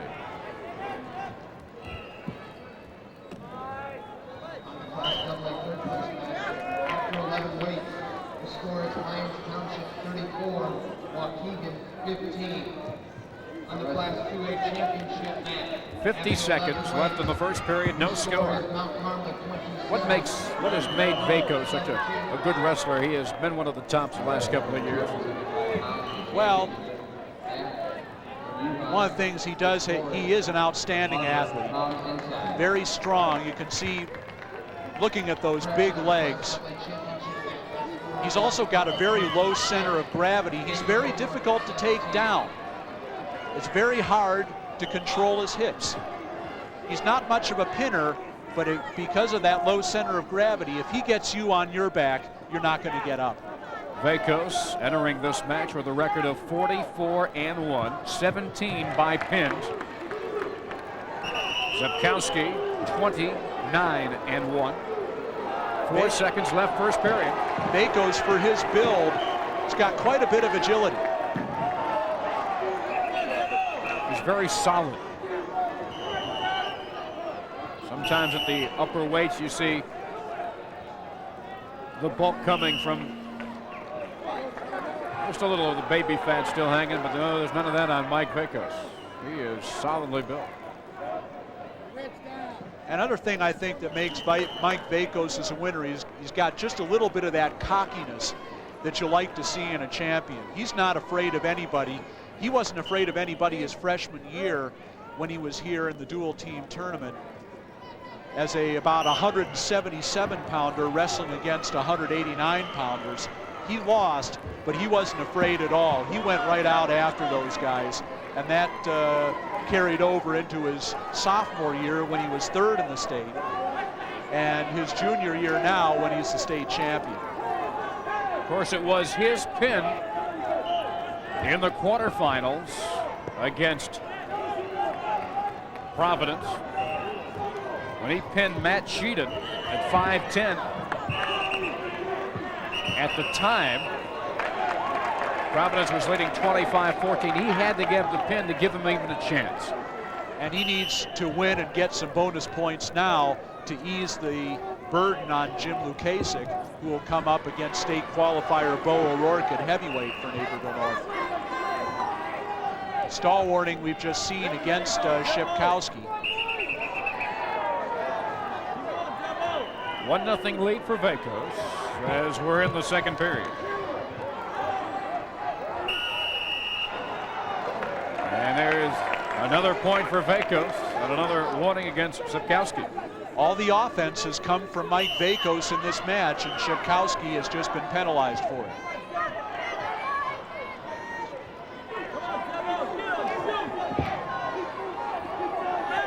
You see, this is the kind of shot that's very difficult to score on against Vacos because of that low center of gravity. It's so difficult to get around and control his hips. You just can't penetrate that. It's one of the reasons he's been so difficult to score against this year. I saw Zepkowski had no chance when he shot in there low. He shoots in there again. Particularly against a guy like Vacos, you really need to get an angle on him, get around the side. And nobody's been able to do that against him so far. And another stall point against Shepkowski. That's 3, and that's accounted for all of Vacos' points. Well, 2 more stalling calls against Shepkowski, and the match is over. It'll be a disqualification. That's something that I'm sure Mike Vacos is very cognizant of, and he's going to keep the pressure on Shepkowski here. And I think the official, Bruce Bartos, was tempted. Yeah, I think he almost slapped him again right there. To give another stalling call after that last time that Shepkowski backed off the mat. 1 period left, 3-0 is the lead for Vacos. You take a look at it. It goes to show you that sometimes, Rob, even when your opponent is so very unaggressive, it doesn't make him any easier to defeat or to take him down and pin him. Sometimes it's easier to take on somebody who's really mixing it up with you to get him down on the mat. Right, you want somebody like Vacos, who's a very physical wrestler. He wants a guy to come after him, and Shepkowski really has not done that. It's 5-1, he got 2 on the takedown. And I'm sure he hoped to frustrate Vacos a little bit by sitting back, sitting back, sitting back. The official has not bought it. He's helped Vacos out by giving him a couple of stalling points.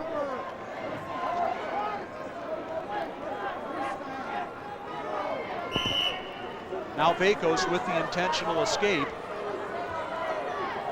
It's 5-2. 30 seconds gone in the final period here at 189 pounds. Just 1 weight class left. That's the heavyweights. if Vacos were to get a pin here, they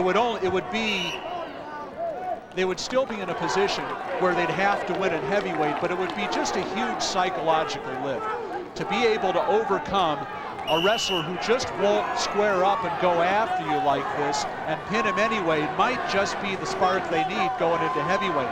Of course, he's got to get the pin first. 1:05 left. 5-2 the lead for Vacos. And they're outside the circle. They'll restart standing up.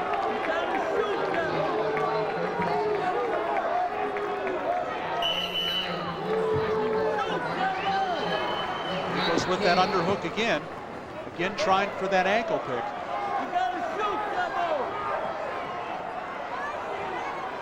It's been amazing how Jepkowski has been at times almost an unwilling participant, but yet he's not. Vacos has not been able to take advantage and blow this thing open. It's only 5-2.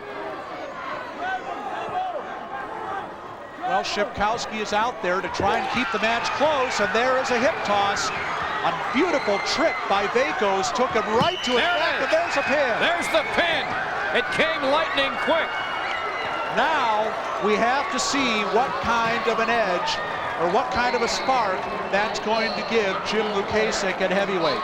26-23, 3 points separates these two teams going into the heavyweights. This match is not yet over. Let's revisit the lightning quick pin for Mike Vacos. Vacos just with a double underhook, and he trips Shipkowski right to his back, and Shipkowski was just stunned. And once Vacos gets on you on your back, you don't get up, and there was the pin. And look at the Husky bench erupt. They knew what it meant instantaneously. Because now they're down by 3, and here we go. This match came down to heavyweight, and now we get to see who's the hero. This is an entire wrestling season coming down to one single heavyweight match. Jim Lukasik, 20-18-2. Bull O'Rourke, 19-7. Neither one of them with an outstanding dual meet record. And what that pin by Mike Vacos now means is that Jim Lukasik only has to win to give Naperville North the match. The matches are tied 6-6. A win by Lukasik would make it a 26-26 tie, but Naperville North would win this match with a 7-6 victory advantage. And that's why those wins in the earlier weights, even though they weren't for a lot of bonus points, were very, very important to Naperville North. Now we've got a caution against Lukasik for fleeing the circle. 1:21 left in the first period. But this is what you hope for, Rob, when it comes all the way down to the last bout of the high school season. Lukasik again only needs to win. He doesn't need bonus points. He can afford to try to keep this match close and look for his big move. Both wrestlers obviously so very aware of what it takes when you go in, and sometimes that power of suggestion. It was like going into the final match against Providence, where they needed the pin. As it turned out, we found out they didn't need the pin, but at the time everybody thought that Naperville North needed the pin. It was the power suggestion. The young wrestler for Providence said, I got to avoid being pinned, and it was almost impossible to overcome because you're thinking so much about it. Double stall warning and a point to O'Rourke. Now Lukasik has to go on the offense. He has to get O'Rourke warned now. 30 seconds left in the first period. It's 1-0 O'Rourke at Mount Carmel. They lead 26-23. Again, they're outside the circle with 22 seconds left in the first period.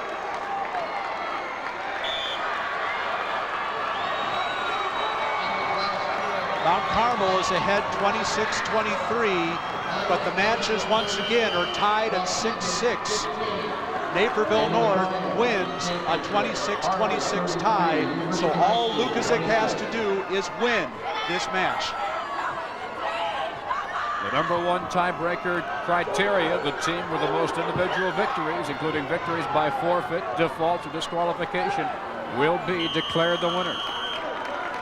After one 2-minute period, 1-0, O'Rourke leads Jim Lukasik.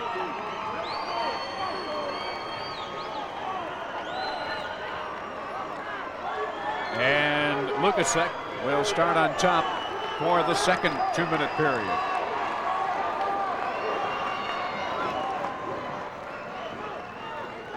Caution against Lukasik for a false start.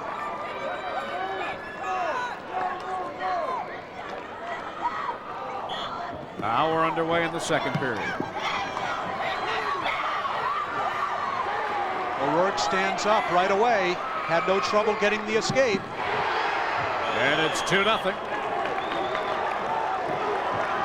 12 seconds gone in the second period. Lukasik has to keep the pressure on O'Rourke because he's been warned for stalling, but he's also got to pick his spots a little better. He's got to set up his takedown shots a little better. Now O'Rourke with the double overhook. There's a stalemate. And there's a stalemate. The heavyweights, in their own way, very similar to the anchor man in track. Many times it comes down to you. And it can be a lonely feeling. Lukasik needs to find a way to mix up the action here. You don't want to be shooting underneath against a guy that's bigger than you, which is what O'Rourke is. He needs to try and get an angle attack some way here. 1:04 left in the second period, and there is a point for Lukasik, and he now trails 2-1. Now a stalling call against O'Rourke, and that's exactly what Lukasik needs to do here. He needs to keep the pressure on, keep O'Rourke going backwards. 50 seconds remaining in the second period. Now, if you're Lukasik, you want to get out of this situation right now. And it is a takedown for O'Rourke. He leads 4-1. And now it's back points. Looks like he'll get 3.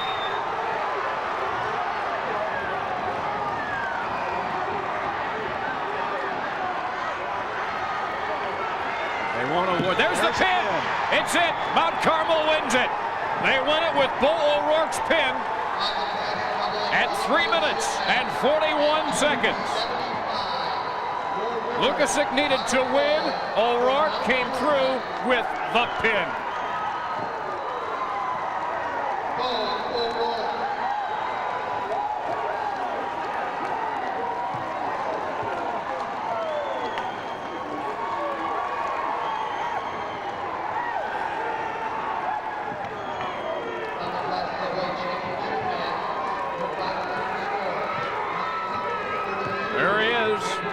Bull O'Rourke, the hero. Let's go back and revisit the move that gave the Caravan the team title. Right here, Lukasik shot underneath again, and he couldn't get out of it. O'Rourke just spun around and stepped over for the takedown, and he was able to bar the arm and get the back points. And here comes the pin.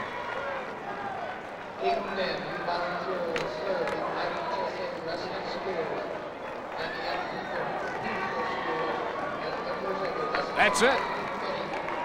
Now watch the reaction.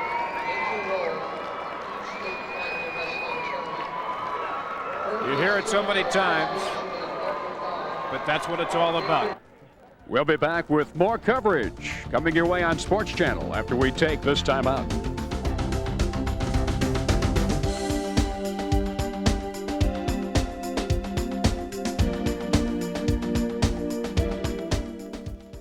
Illinois. Jim Harvard High All right, back at Redbird Arena as we get ready to award the championship medals and the trophies to our two team champions, the Harvard Hornets in Class A and the Caravan of Mount Carmel in AA. Every team member gets a medal, coaching staff. They all receive a special treasured medal. They'll remember for a long, long time of the state championship. Tim Hack just getting his medal, and now he will present them to his coaches and staff, and then to his outstanding team. Assistant Coach Bill Gagley.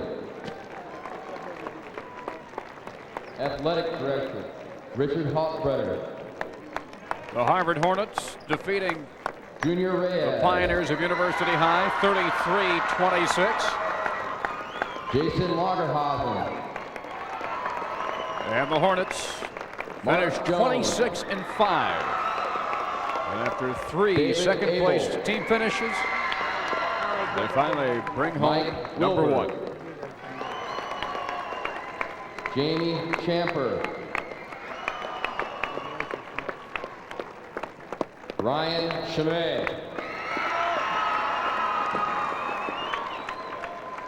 Ryan Palmer.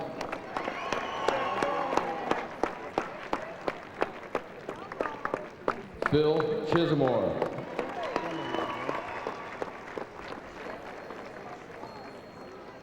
Chad Odling.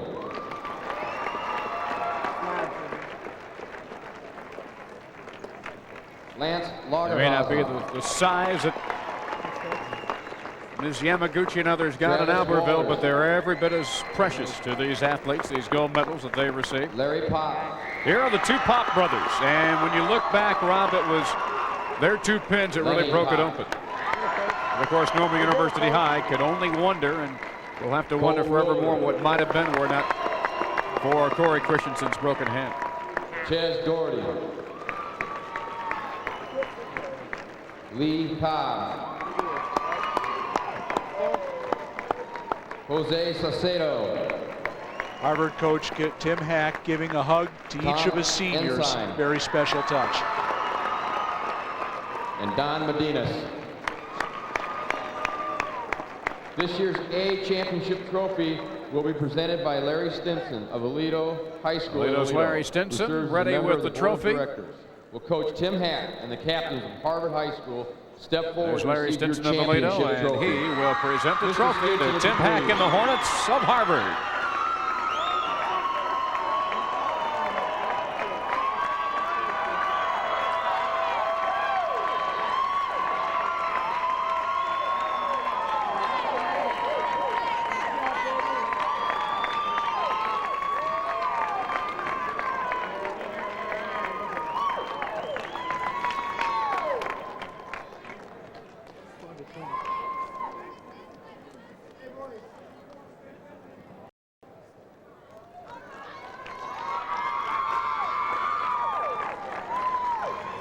Maybe the last time ever that unit, as it is right there, is together.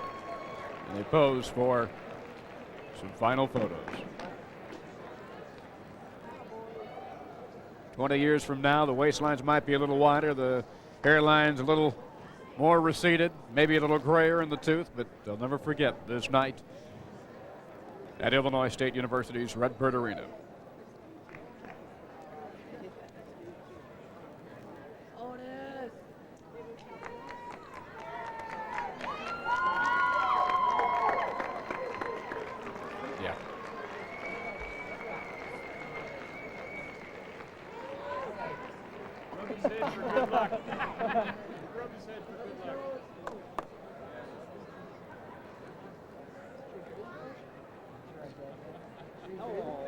Presenting medallions to the squad members of the Class AA championship team will be Coach Bill Weck of Chicago. And now we move to Double-A, the awarding of the medallions to the champion Mount Carmel Caravan.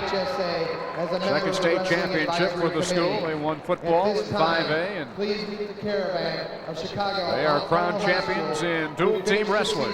With a final record of Bill Wick presenting the trophy, the medallions, I should say, to his staff members. Championship victory was the 500th career win for Coach Wick. That is the 500th career win for Bill Wick, and what a way to win number 500, winning the state championship.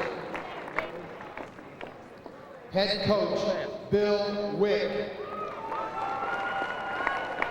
Athletic director Frank Lenti. Frank Lenti already received his. Frank, of course, was on the receiving end back in November, right next door here at Hancock Stadium. Bill Guy. Mark Antonetti. And Paul Pappas. And now starting with Pat Sheehan, victorious Caravan members will receive their gold medals. Jim Brazier. Tim Gaskin. Joe Opiola.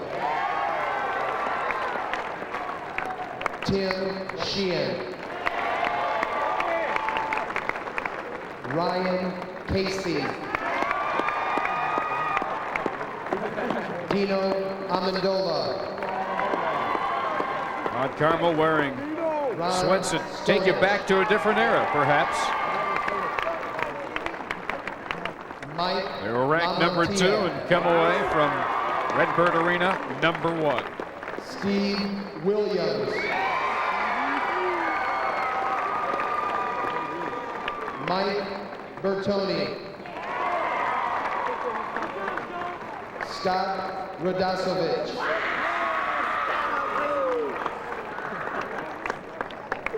Joseph Williams. While the Pop brothers had 2 pins for Harvard, the Williams brothers had 1 pin and also 1 by forfeit. They also accounted for 12 team points in Mount Carmel's win. Jeff Chevalier. Jeff Sepkowski.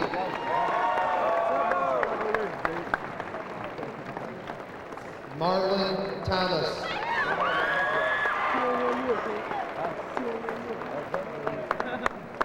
Lou Osika.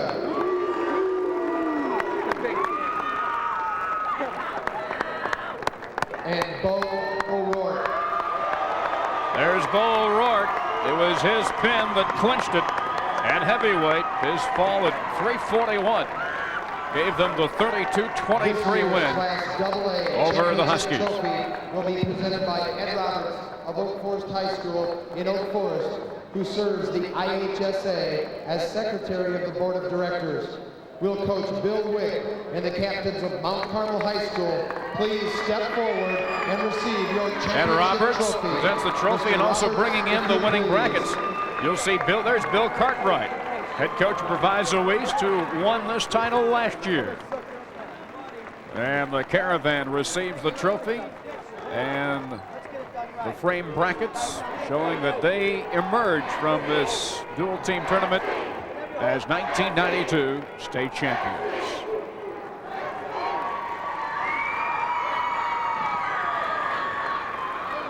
Back one last time here at ISU after we take this time out on Sports Channel. For the IHSA.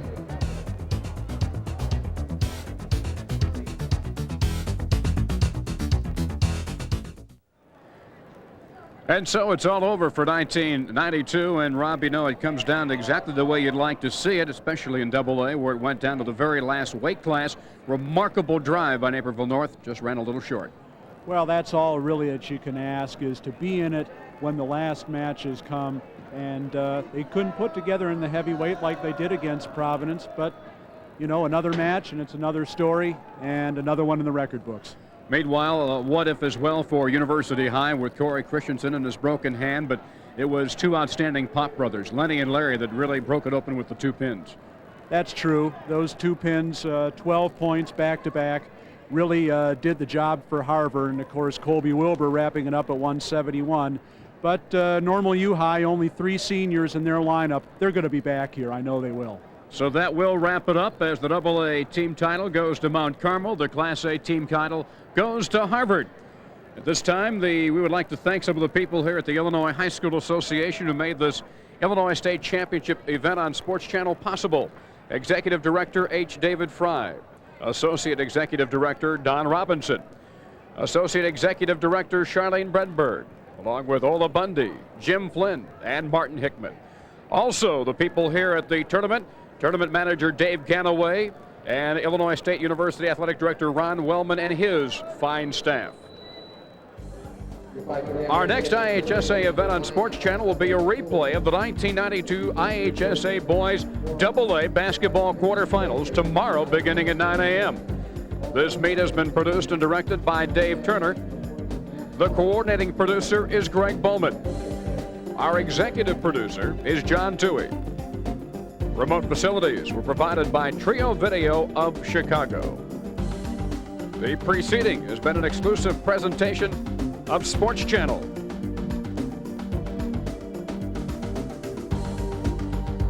For Rob Sherrill, I'm Tom Stalker. Thanks for being with us. Stay tuned to Sports Channel for trophy fishing.